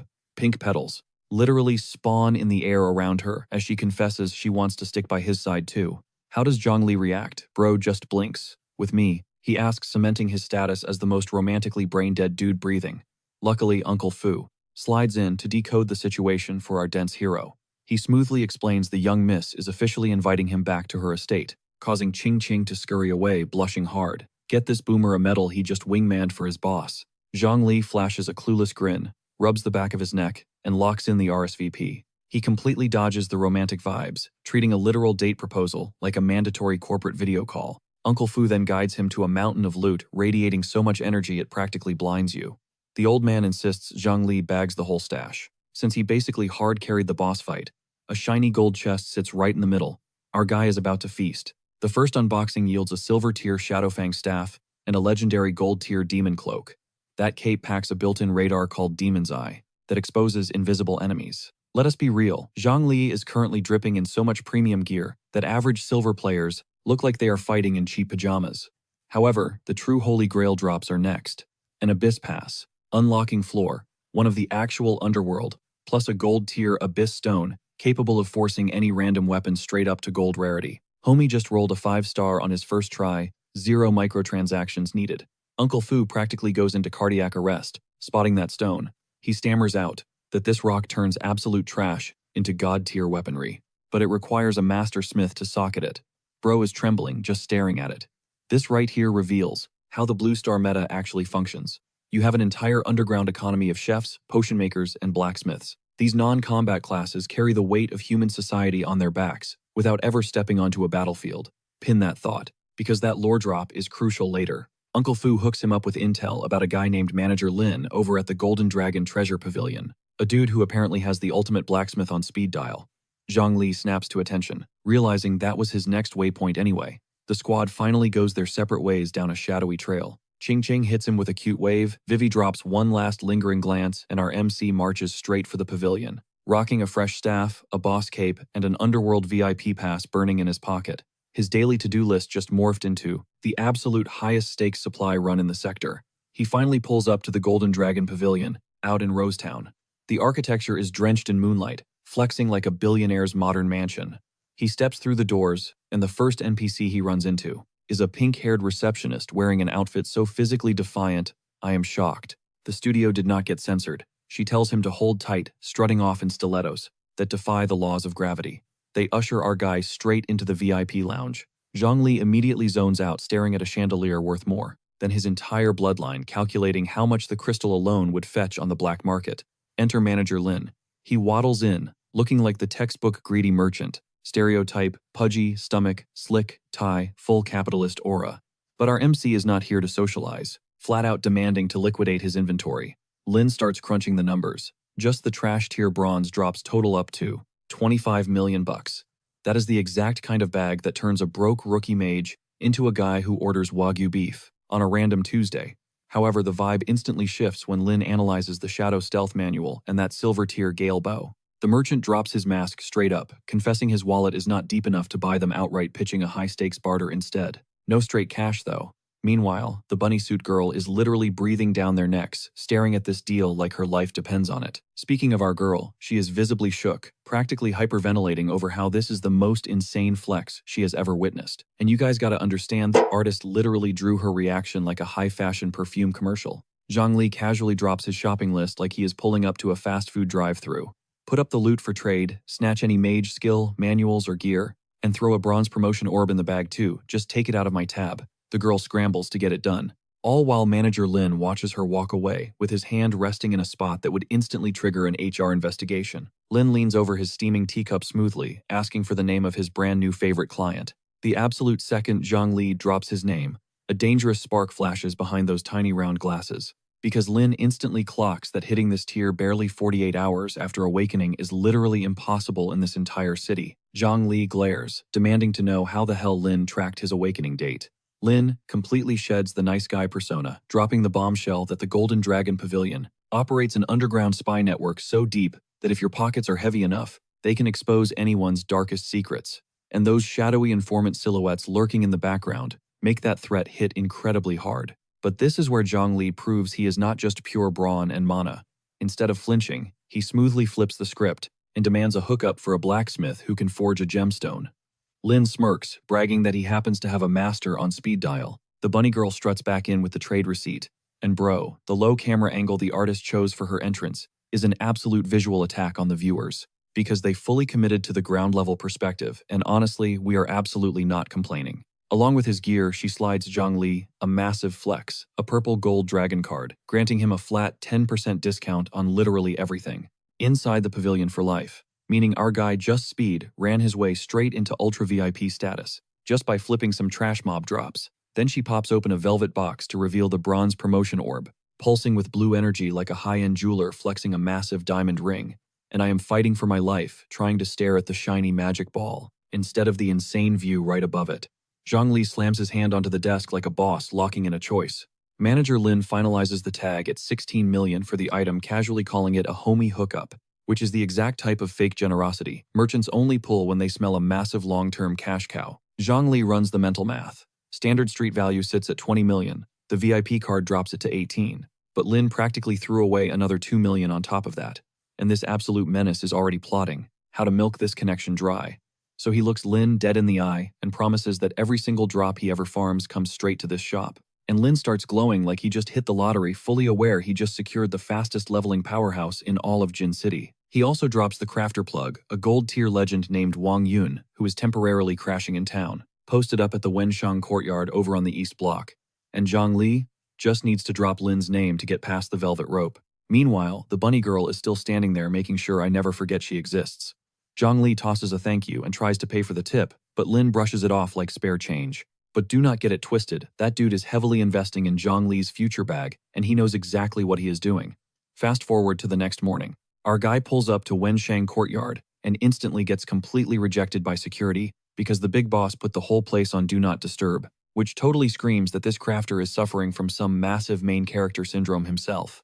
But then Zhang Li whips out the Abyss Stone, blazing blood red and leaking enough raw demonic aura to literally make the oxygen sizzle, stating he needs Master Wang Yun to socket this beast. He seamlessly name-drops Manager Lin from the Golden Dragon Pavilion, telling the bouncer to go fetch his boss. Over the deafening crashes of the forge in the back, a gruff voice screams out to open the gates, and the bouncer straightens up instantly, looking like a fresh recruit who just realized the commander is watching. And boom, there he is.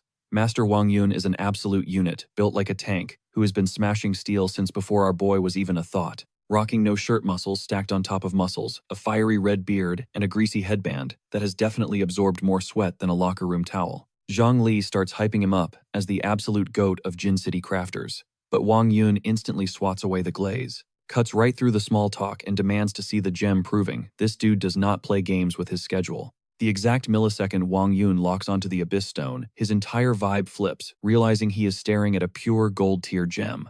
Bro looks like a man dying of thirst who just found an oasis. He straight up confesses that even a top-tier gold-rank smith like him almost never gets his hands on premium gold materials. He is looking at Zhang Li with total respect, now admitting the kid must have some insane, mafia-level connections. But then the vibe gets super heavy, because the fail rate for blindly brute forcing a gold gem socketing job, the risk of failure, sky high. Wang Yun doesn't sugarcoat it, warning our boy to brace himself. For the very real chance, this priceless artifact just shatters into worthless dust. But the blacksmith doesn't just crush his hopes. His grip tightens around the gem. He pitches a wildcard trade. See, he's forging a masterpiece that's sitting at 99% completion, begging for one final drop of loot, the fang of a thunder crocodile alpha.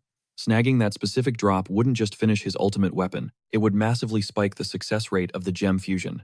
Zhang Li immediately offers to run the errand, but Wang Yun hits him with a reality check. This alpha isn't just strong. It's a paranoid camper deep inside the Thundering Marsh, actively dodging any player boasting a rank higher than Black Iron. Top-tier hunters sweep the zone and pull absolutely zero aggro while this overgrown lizard just lounges in the mud, living its best life. But for Zhang Li, a Black Iron mage, this restriction is basically a VIP pass with his name on it. He doesn't even hesitate. If it secures the upgrade, he is locking in.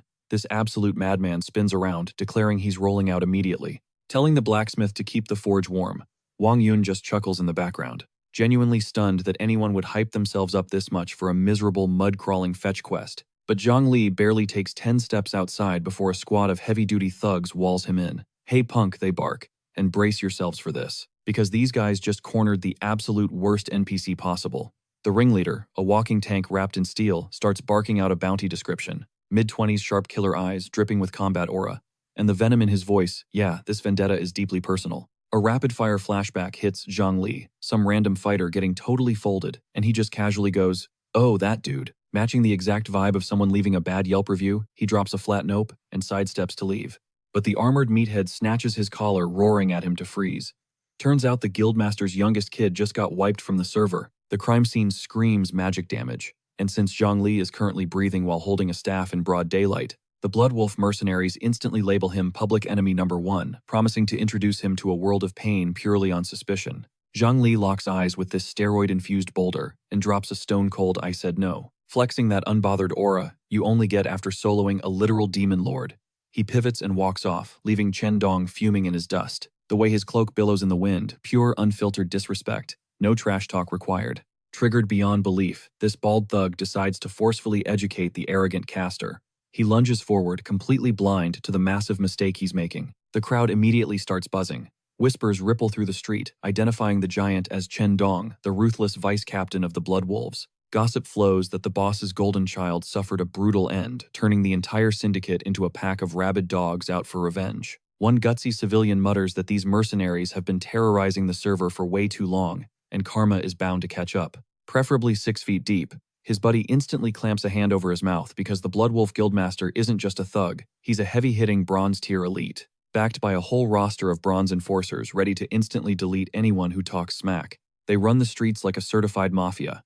Up ahead, Zhang Li tosses a glance over his shoulder, instantly clocking that he just pulled some incredibly tedious aggro. But here is the kicker. Minor annoyance is the absolute maximum emotion these clowns will ever squeeze out of our guy. Fast forward, he steps into the Thundering Marsh, and the biome is absolutely infested with colossal bugs and mutant beasts, the kind of mobs that make regular predators look like grumpy hamsters. And what does our resident psycho do? He instantly uses the Death Zone as his personal sandbox, slamming down a blinding golden magic circle that instantly deletes every living thing in its blast radius. It's called Rain of Fire, and the devs named it perfectly. He is literally carpet bombing the entire swamp with meteors, turning every critter in rendering distance into crispy bacon. He just stands there in the epicenter of an inferno, casually gripping his newly minted Shadowfang staff. Embers swirling around him, radiating a terrifying boss aura that a Black Iron Mage has absolutely zero right to possess. But look at him, that chaotic grin says everything. The area of effect damage scaling on this skill is busted, wiping out mobs 10 times faster than his basic arcane bolt. He literally just unlocked the ultimate cheat code for farming. Suddenly, the brush twitches. Zhang Li pauses his grind session, his relaxed smirk snapping into pure stone. His radar pings, someone has been stalking his coordinates through the mud. And you guys remember that cursed cloak he looted from the raid boss. The built-in passive Demon's Eye completely negates invisibility, and it just triggered. Talk about clutch timing. Right there in the shadows, a neon blue outline is perfectly visible, hugging the dirt. A rogue currently relying on stealth camo, completely oblivious that they've been spotted. Zhang Li can track every single twitch of their muscles, glowing like a high-tier loot drop. But right as he prepares to punish the stalker, the swamp explodes, sending a tidal wave of toxic sludge flying, getting totally blindsided, because apparently the map itself wants a piece of the action today. Enter level 29. The green vein serpent king breaches the surface like a scaly skyscraper. But looking up at this nightmare fuel, fear isn't even on Zhongli's radar. Major letdown right here. This oversized noodle completely missed the mark. Dude was hunting for the elusive thunder crocodile, not some random reptile. Breathing out a heavy sigh, he realizes tracking down the croc alpha is going to be a massive headache. Suddenly, the serpent king snaps its jaws right at his face, flashing dagger-length fangs with absolutely zero boundaries. Zhongli effortlessly sidesteps the fatal chomp and immediately slices into the beast's scales. He is casually throwing hands with a monster 4 tiers higher than him, treating the whole brawl like a pre-game stretch. Meanwhile, buried deep in the foliage, a shadowed assassin grips their dagger, creeping on the entire showdown. So our boy is soloing a major boss, while some random camper chills in the VIP section, waiting to third-party him. Without missing a beat, Zhongli pivots straight toward the brush, ordering the creepy stalker to drop the stealth act and step up. The utter panic on the spy's face screams that their flawless stealth just got totally wrecked. Hiding is useless now, so Chen Dong struts out of the shadows flanked by his entire Bloodwolf posse. He cackles about finally cornering our guy, plus they get a free elite monster kill as a bonus. Talk about hitting the jackpot. His goon squad swarms the zone strapped with heavy artillery, barking that offing their boss's kid crossed a permanent line. Chen Dong glares down at Zhongli, acting like the execution orders were already signed in blood. Not a single muscle twitches on Zhongli's face as he stares dead ahead dryly, demanding to see the receipts. Honestly, hitting an ambush party with a pix or it didn't happen is peak ice-cold energy. Furious Chen Dong crushes his massive club straight into the dirt, shattering the ground completely, and drops the most room-temperature IQ threat ever. If I claim you caught a body, then you caught the freaking body. Clearly, these hired guns skip the chapter on actual evidence. Instantly, Zhongli conjures a massive barricade of glowing frost spears that illuminate the dark woods. Oh, perfect timing, he mutters, flashing a wicked grin like he just drew the ultimate reverse Uno card. Why? Because that giant snake isn't dead yet, and it is absolutely raging, twisting its gigantic scaly bulk across the combat zone. Caught between a furious boss and armed thugs, Zhongli formulates a god-tier strategy in milliseconds. He unleashes a colossal glacier spike, driving it violently through the Serpent King's cranium.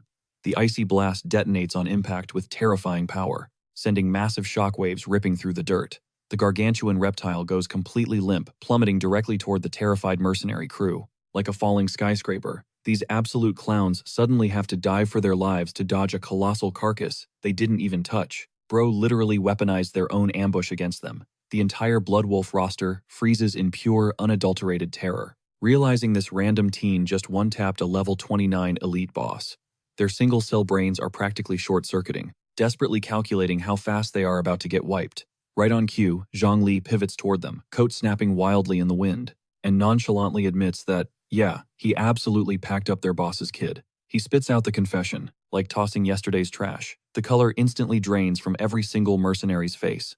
As the brutal truth sets in, they rolled up acting like apex predators, only to realize they just trapped themselves inside a blender. A raging vortex of crimson flames erupts around Zhongli, his eyes burning straight through the smoke.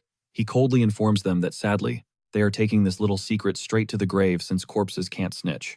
Our guy is gearing up to permanently downsize the Bloodwolf payroll. Channeling a molten sphere the size of a compact SUV, Zhongli hurls it deep into the enemy ranks. With zero hesitation, the forest immediately morphs into an absolute crematorium as the blast incinerates everything it touches. One unfortunate thug becomes a human torch screeching in pure agony. Turns out fancy metal plates are entirely useless. When your opponent literally microwaves the oxygen, Chen Dong's arrogant smirk melts into sheer dread, howling that they are facing total annihilation. Honestly, my guy figured that out way too late. Panicking, the leftover goons finally make a smart play, slamming their knees into the dirt and pleading for mercy. They try bartering with cash, legendary loot, literally anything to keep breathing. Chen Dong collapses, looking absolutely nauseous. Not only did this teenager vaporize his elite team, he proudly admitted to catching the VIP target. Now the mercenary captain's mind is spiraling, torn between saving his own skin and knowing his boss desperately needs this intel. But Zhongli shuts down the pity party immediately. Spotting their high-tier weapons, he smoothly questions where they looted such premium hardware. Cue these absolute morons spilling their guts, like they are trying to score a reduced sentence. They actually flex about abducting silver-tier adventurers and extorting their relatives for crazy cash. One bald bozo simply cannot shut his trap. He openly brags about slaughtering a dude who fought back, stripping his bronze plates and gleefully mentions how gorgeous the victim's pregnant wife was. The utter psychopath is literally smiling while explaining that she chose suicide rather than surrendering to them. Hearing this, Zhang Li simply whispers, "Is that so?" Radiating a killing intent so icy it practically flash freezes the entire swamp. He locks eyes with the doomed squad and delivers the ultimate death sentence. "You all deserve to die. Honestly, most valid team wipe in manhwa history I've ever seen in this entire series, period." Smash cut to the Golden Dragon Pavilion, where Zhang Li is already on a video call with Lin, looking completely unbothered, like he just took out the garbage and is casually doing his taxes. Lin checks in on the gem crafting, and our boy just flashes this smooth little smirk.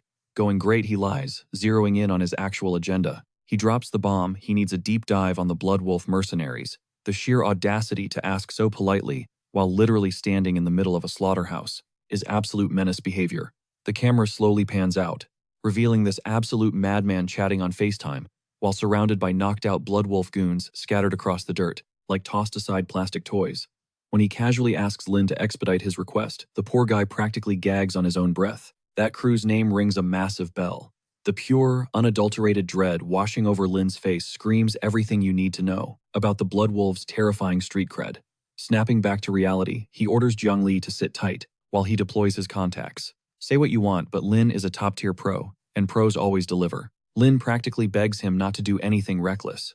Zhang Li, he just shrugs and drops that he got jumped in the wild and already wiped the floor with them, treating a life-or-death ambush like a slightly annoying grocery run. A bruised-up merc eating dirt nearby helpfully coughs up a name. Their squad captain was Chen Dong. Lin's internal alarm bells go off. Chen Dong is the literal vice-captain of the crew, a fully-fledged bronze-tier heavyweight. He instantly hits the panic button, warning that these lunatics will definitely strike back. So what is the endgame here? Zhang Li casually mentions their heavy-hitter caps out at peak bronze, making it clear he can completely obliterate that threat. His actual nightmare, innocent bystanders catching strays.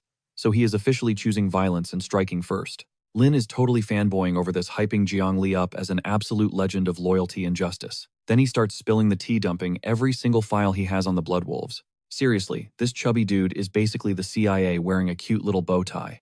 The gang boasts 6 bronze-tier killers, while the grunts all scale above black iron. As for Chen Dong, he was specifically dispatched to figure out who absolutely wrecked the boss's youngest kid. Lin straight up admits that tanking that many bronze elites simultaneously would be a brutal nightmare even for our overpowered MC.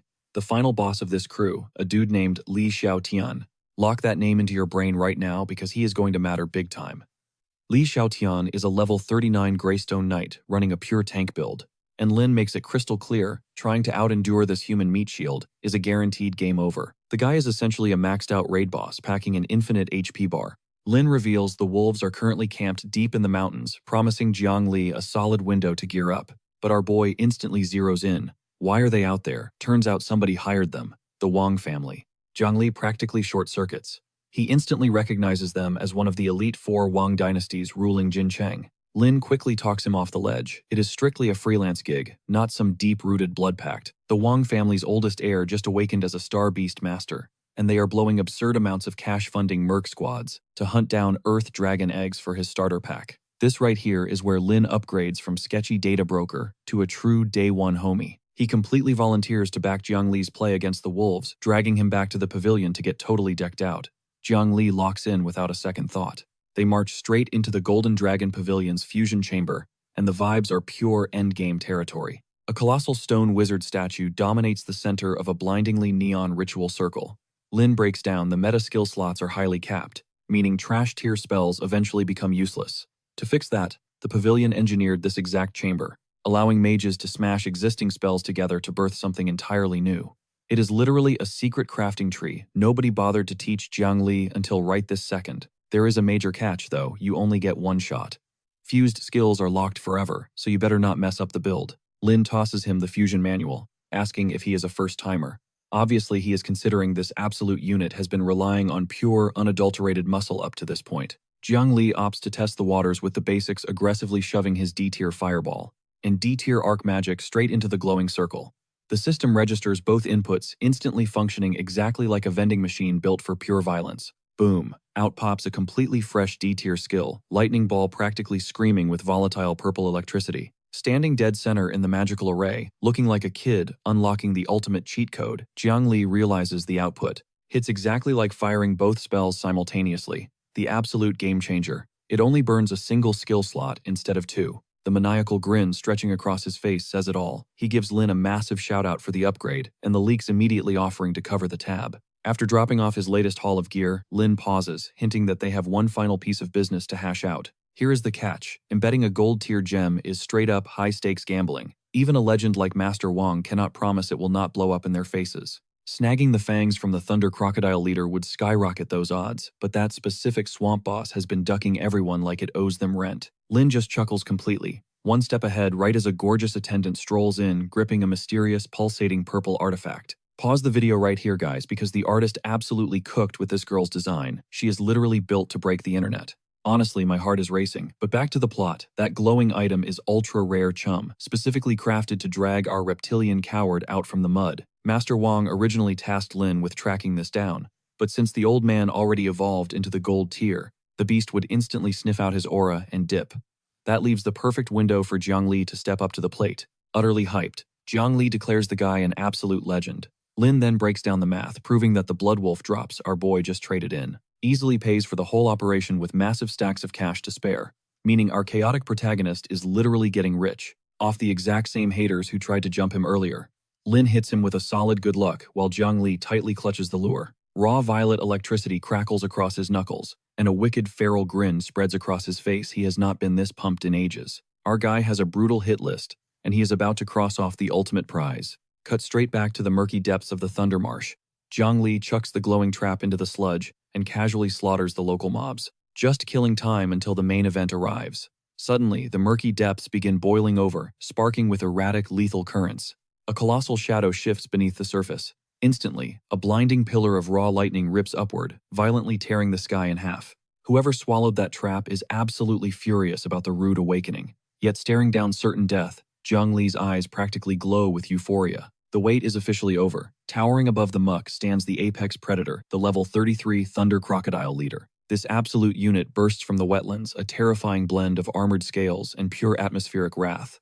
Jiangli smirks, mocking the sneaky reptile. For playing hide-and-seek so well, he spins his weapon into a battle stance. The raid has begun. The monster rockets forward, snapping jaws massive enough to crush a heavy-duty truck, but our protagonist does not flinch, parrying the strike perfectly with his Shadow Fang staff. The weapon flares with intense violet light as he goes toe-to-toe with a walking natural disaster, instantly triggering his light body technique. He vanishes into a blur of speed, vaulting high over the behemoth's spine, as if physics simply stopped applying to him. He slams his staff downward with such crushing momentum that a seasoned Iron-tier fighter would get flattened trying to tank it. The brutal collision blasts craters through the muddy terrain.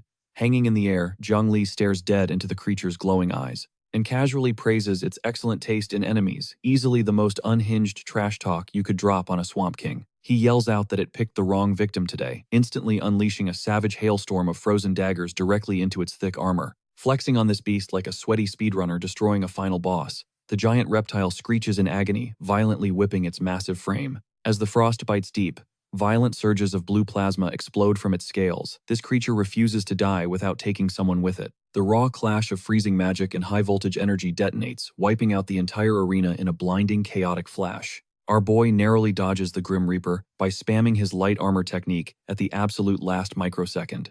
Yet, despite the shield, he is gasping for air.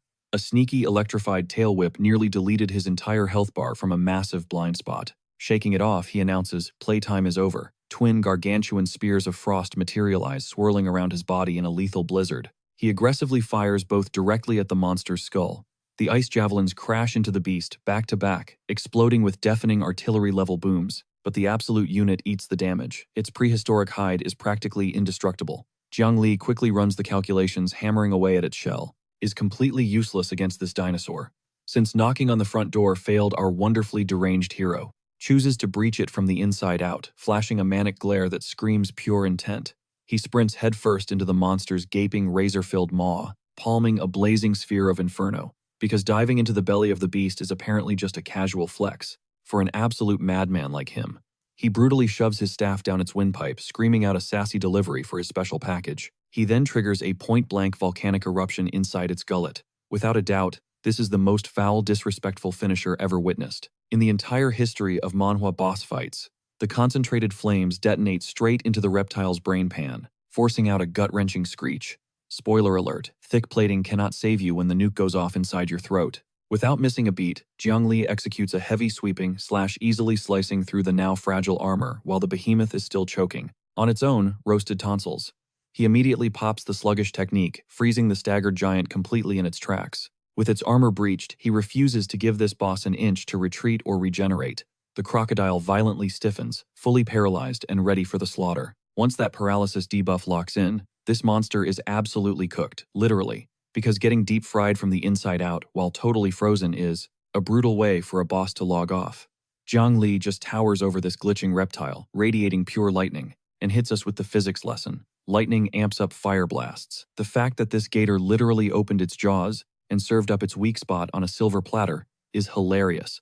He jams his staff straight down the monster's throat and thanks it for the 5-star service, treating a life-or-death boss fight like a trip to the drive-thru. Then he triggers the kill shot, point blank. The blast shreds the creature's internal organs into confetti with one ruthless strike. Double level up triggers instantly, rocketing our guy straight to 127. But wait, check this out. Smashing bone, spear, and ice arrow together births the ice lance.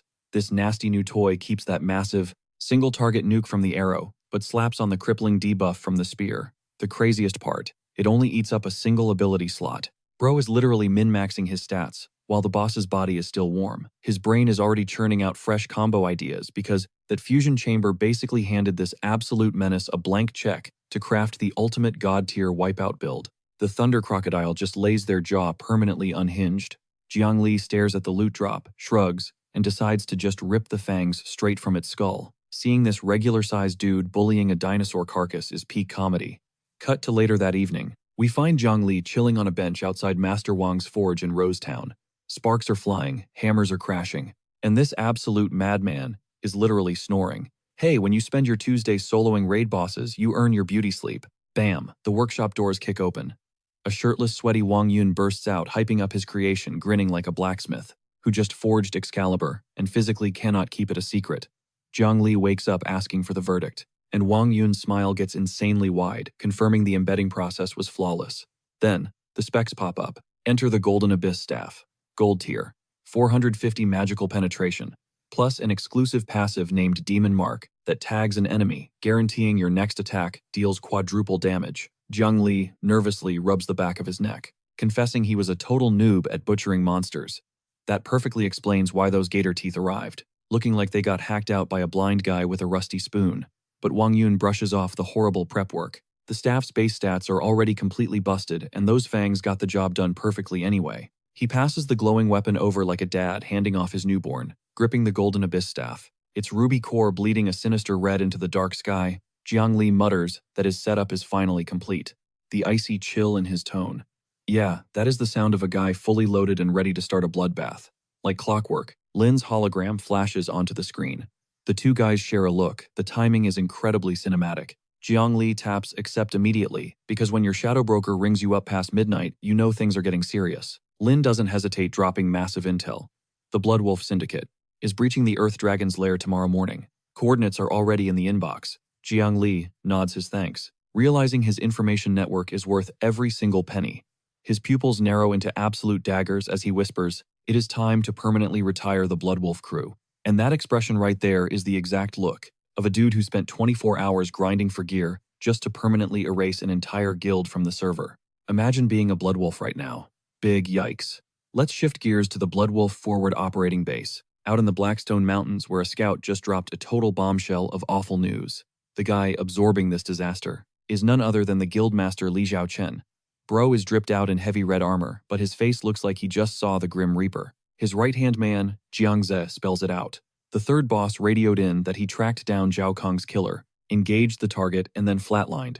Turns out the culprit is just some rookie spellcaster. Li Xiaochen's expression instantly sours, and he starts snarling, furious that a low-level magic user has the audacity to flex on his elite squad. You can see the pure venom in his stare. Bruh, just lost 2 lieutenants to a literal random. But wait, here is the plot twist. Because instead of throwing a tantrum and rushing out for a revenge arc, like a standard NPC villain, he hits the brakes. He declares that securing his silver rank promotion takes priority, and his vendetta goes on the back burner.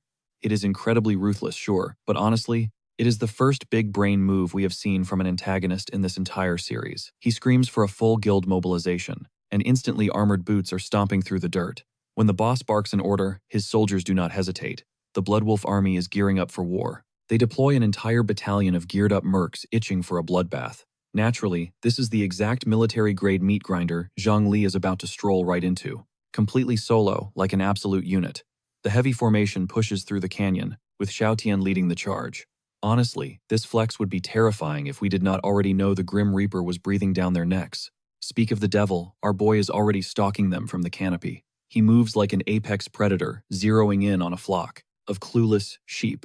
Zhang Li hugs the bark, scoping out the massive convoy rolling by, locking eyes on Li Xiaotian to confirm the target.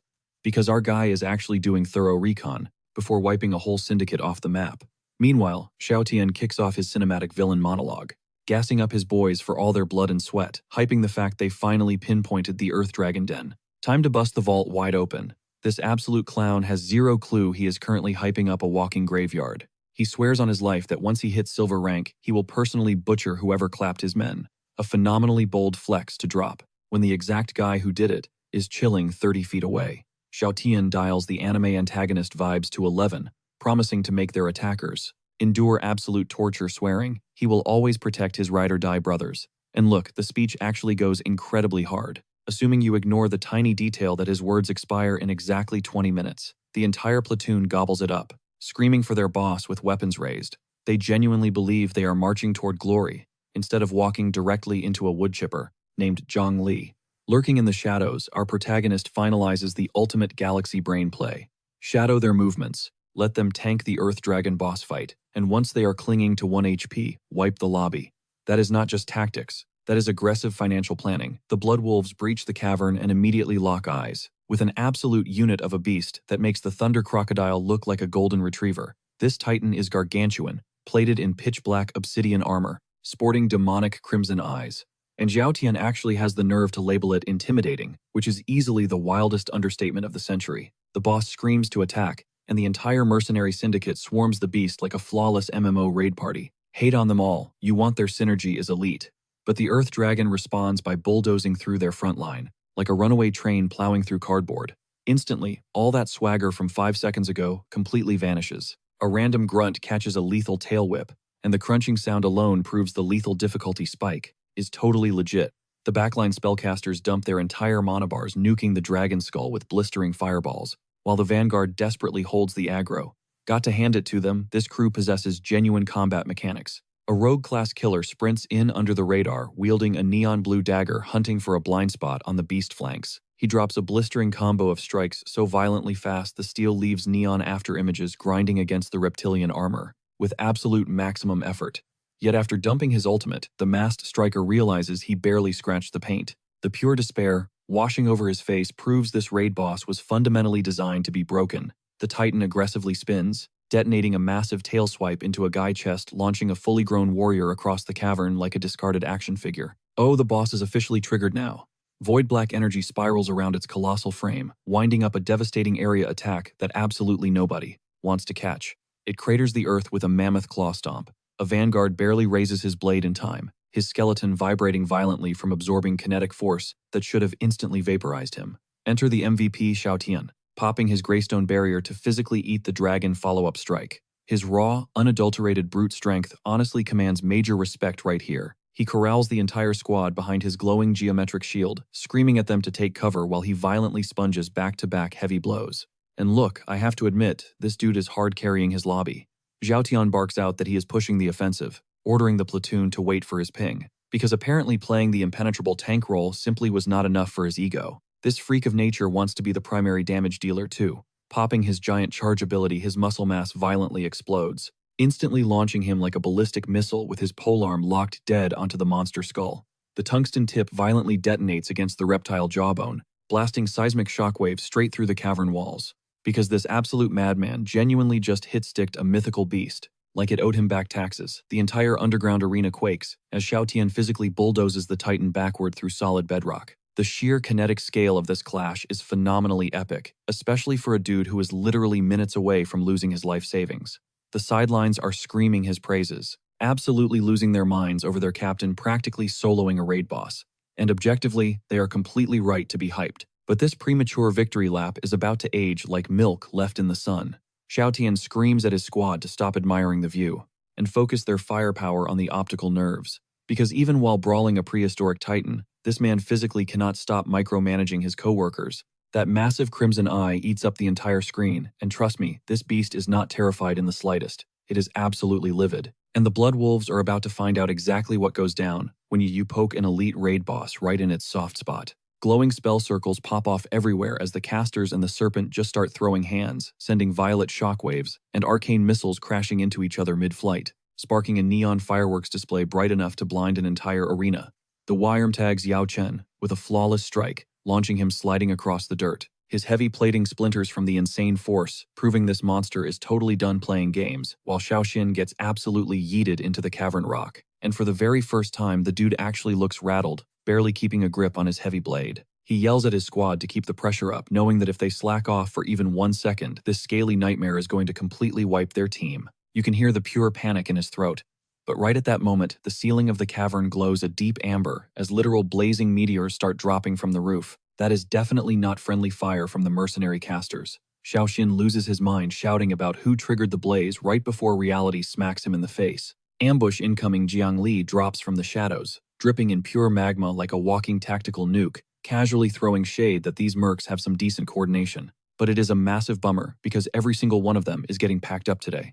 And there he stands, our absolute goat. Jiang Li flexing that glowing silver hair against a backdrop of pure destruction, giving off ultimate raid boss energy that literally nobody in this dungeon was ready to handle.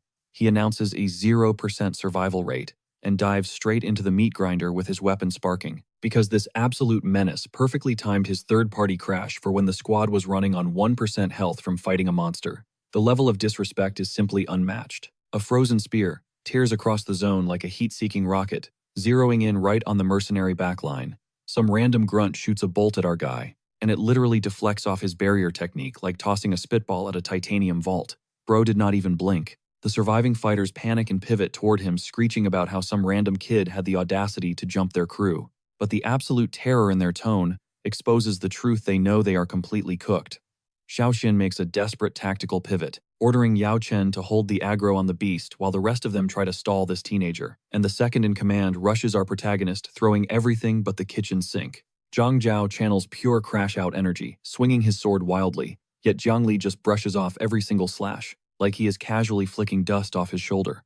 Our boy steps into his personal space and lands a counter so crispy that the dude's whole frame folds from the shockwave. Weight classes mean absolutely nothing when the lightweight challenger hits like a runaway bulldozer. Now Zhang Zhao is seeing red, flaring up with a crimson aura, violently sparking across his skin, shrieking that he is risking it all because this kid just publicly humiliated an executive officer, right in front of his goons. He roots his stance and explodes forward, just radiating pure murderous aura from head to toe. He crashes his blade downward, shouting at the kid to drop dead.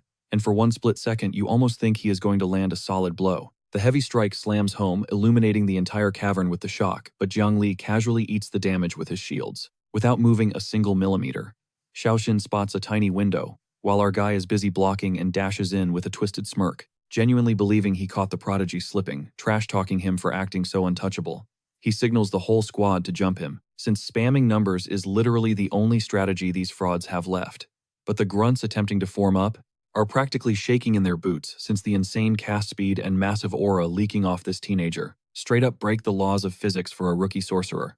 Jiang Li just chills in the eye of the storm, boxed in by bruised up thugs, and coldly drops the hardest line, saying they do not even need his name, they only need to memorize one simple fact. He is the Grim Reaper clocking them out, and he casually delivers that flex while blasting freezing artillery in a 360-degree radius, like a literal force of nature. Combining that icy dialogue with those insane graphics easily makes this his most cold-blooded moment in the series. A frozen javelin tags Yao Chen square in the chest, and the hulking tank physically staggers while his crew yells for their boss. Taking a hit from the blind spot, Yao Chen gets his wrist guard clipped by a glacier shard, and the sheer disbelief on his face is pure gold, as his heavy defense just shattered from an attack that some low-level caster should not even have the stats for. Our protagonist mocks him about holding the so-called Greystone Knight title, heavily hyped up for his impenetrable defense, and the fact that he dropped his exact gamertag proves this kid studied the meta before pulling up to completely wipe his account. The gears finally click in Xiaoxin's brain.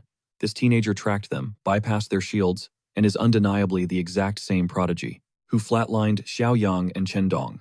The reality check drops like a brick, turning a random gank into a straight-up revenge match. Xiaoxin loudly announces that since the kid basically gift-wrapped himself to them, they are wiping the slate clean and ending this blood feud right now. Dude literally sounds entirely convinced he is going to win, which is honestly hilarious considering he is getting completely washed right now. Zhang Li matches his vibe perfectly, tells the guy they are on the exact same wavelength, and ignites a massive glowing runic circle right beneath his boots that makes the entire battlefield pulse toxic emerald. Without warning, the solid rock beneath the Bloodwolf squad melts into a sludgy, bubbling bog, and they are instantly waist-deep in the muck, absolutely panicking until Zhao Tian clicks the pieces together and screams out swamp technique. Zhang Li hits them with a cold smirk, promising the show just started, before manifesting a sparking sphere of electricity, packing enough raw voltage to power a massive metropolis. Because this absolute madman is out here weaving dual incantations like a producer, dropping bass tracks, Zhao Tian is practically short-circuiting trying to process this, losing his mind yelling that dual casting is straight-up impossible, while his lackey screeches that the plasma sphere is reaching critical mass. Take one wild guess who is currently marinating in a giant puddle of highly conductive mud. Zhao Tian spits some trash talk about cheap parlor tricks and plants his feet to tank the hit, since his massive ego physically restricts him from backing down against a dude sitting half his level. The thunderbolt goes nuclear directly on his skull, and his defensive barrier explodes like cheap glass hitting concrete. That nasty cocktail of marsh fluid and raw voltage stacked the damage modifiers way past his armor threshold. Zhang Zai catches the shockwave full force, locking up completely, as pure plasma shreds through his gear, and one agonizing shriek, later the second in command, is officially logged out. Zhao Tian stumbles through the smoke and sparks, growling about how the dragon raid already tanked his stamina, and this random kid is leeching his final drops of mana. 0 options left, he finally hits the panic button. Triggering absolute defense, he summons a gargantuan boulder fortress that violently breaches the earth, like a newborn volcano with jagged ice and granite fusing together to lock him inside an unbreakable vault. The earthen dome snaps shut, and we are talking colossal scale here, a literal one-man bunker designed for cowering. While the apocalypse rages outside, squatting in the dark, Zhao Tian runs the math, betting everything that Zhang Li is currently running on empty. Plus, this bunker stance passively regenerates health, meaning if he just turtles up and stalls, he can pop Giant Descent and wipe the floor with him. Big brain play for a guy on his last legs. Outside the rock tomb, Zhang Li just chills and roasts Zhao Tian for playing the cowardly turtle strategy, because the supposedly terrifying alpha of the Blood Wolves is deadass camping inside a pebble, praying his problems magically vanish. A wicked grin slides onto Zhang Li's face as he casually drops the bomb, that he saved this exact combo for this specific second. He pops Demon Mark straight from his Golden Abyss staff.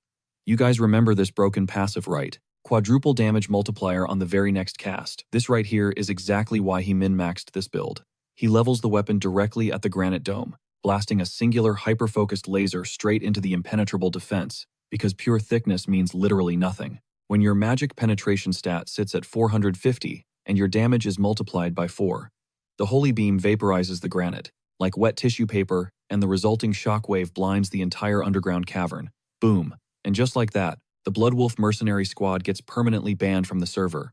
Are we witnessing the most savage solo wipe in manhwa history? Honestly, it might be the top contender. Flash forward a couple days, we are chilling in Rosetown at the Jinlongbo Pavilion, where Lin is giving Zhang Li the post-battle debrief. Search parties found the Bloodwolf clan completely liquidated inside the Earth Dragon Cave.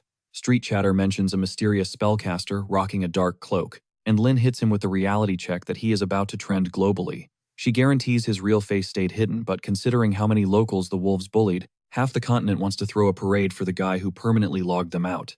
Oh, and the internet already crowned him with a title, Black Mage. That is his official street cred now. Zhang Li just glares at the headline, having an existential crisis, realizing his little stealth mission just made him a certified icon. He drops a heavy sigh, praying this clout does not drag him into more drama. But Lin just giggles at his delusion. They both know main character syndrome does not have a mute button, and right on cue, the doors get kicked open. 2 absolute stunners stride into the room instantly, demanding Zhang Li join their squad for the upcoming professional trial competition. Give me a sec, guys, because the purple-haired queen in the white fit is actively destroying my ability to function normally. The studio animated her proportions with pure, lethal intent, and the fiery orange-haired girl screaming about calling dibs first is just adding fuel to the fire. Our boy Zhang Li is trapped between 2 titans, while the ginger aggressively interrogates him about his history with the purple-haired girl. Meanwhile, this clueless dude is sweating bullets, giggling awkwardly, while two certified baddies are ready to throw hands over who gets to be his duo. Our Zero Riz protagonist is completely malfunctioning right now, and frankly, same bro. He nervously scratches his head, muttering that catching heat is basically his destiny at this point. Facts, because the Black Mage literally transformed from a lone wolf carry to the most exclusive draft pick on the server, and the official tournament has not even dropped yet.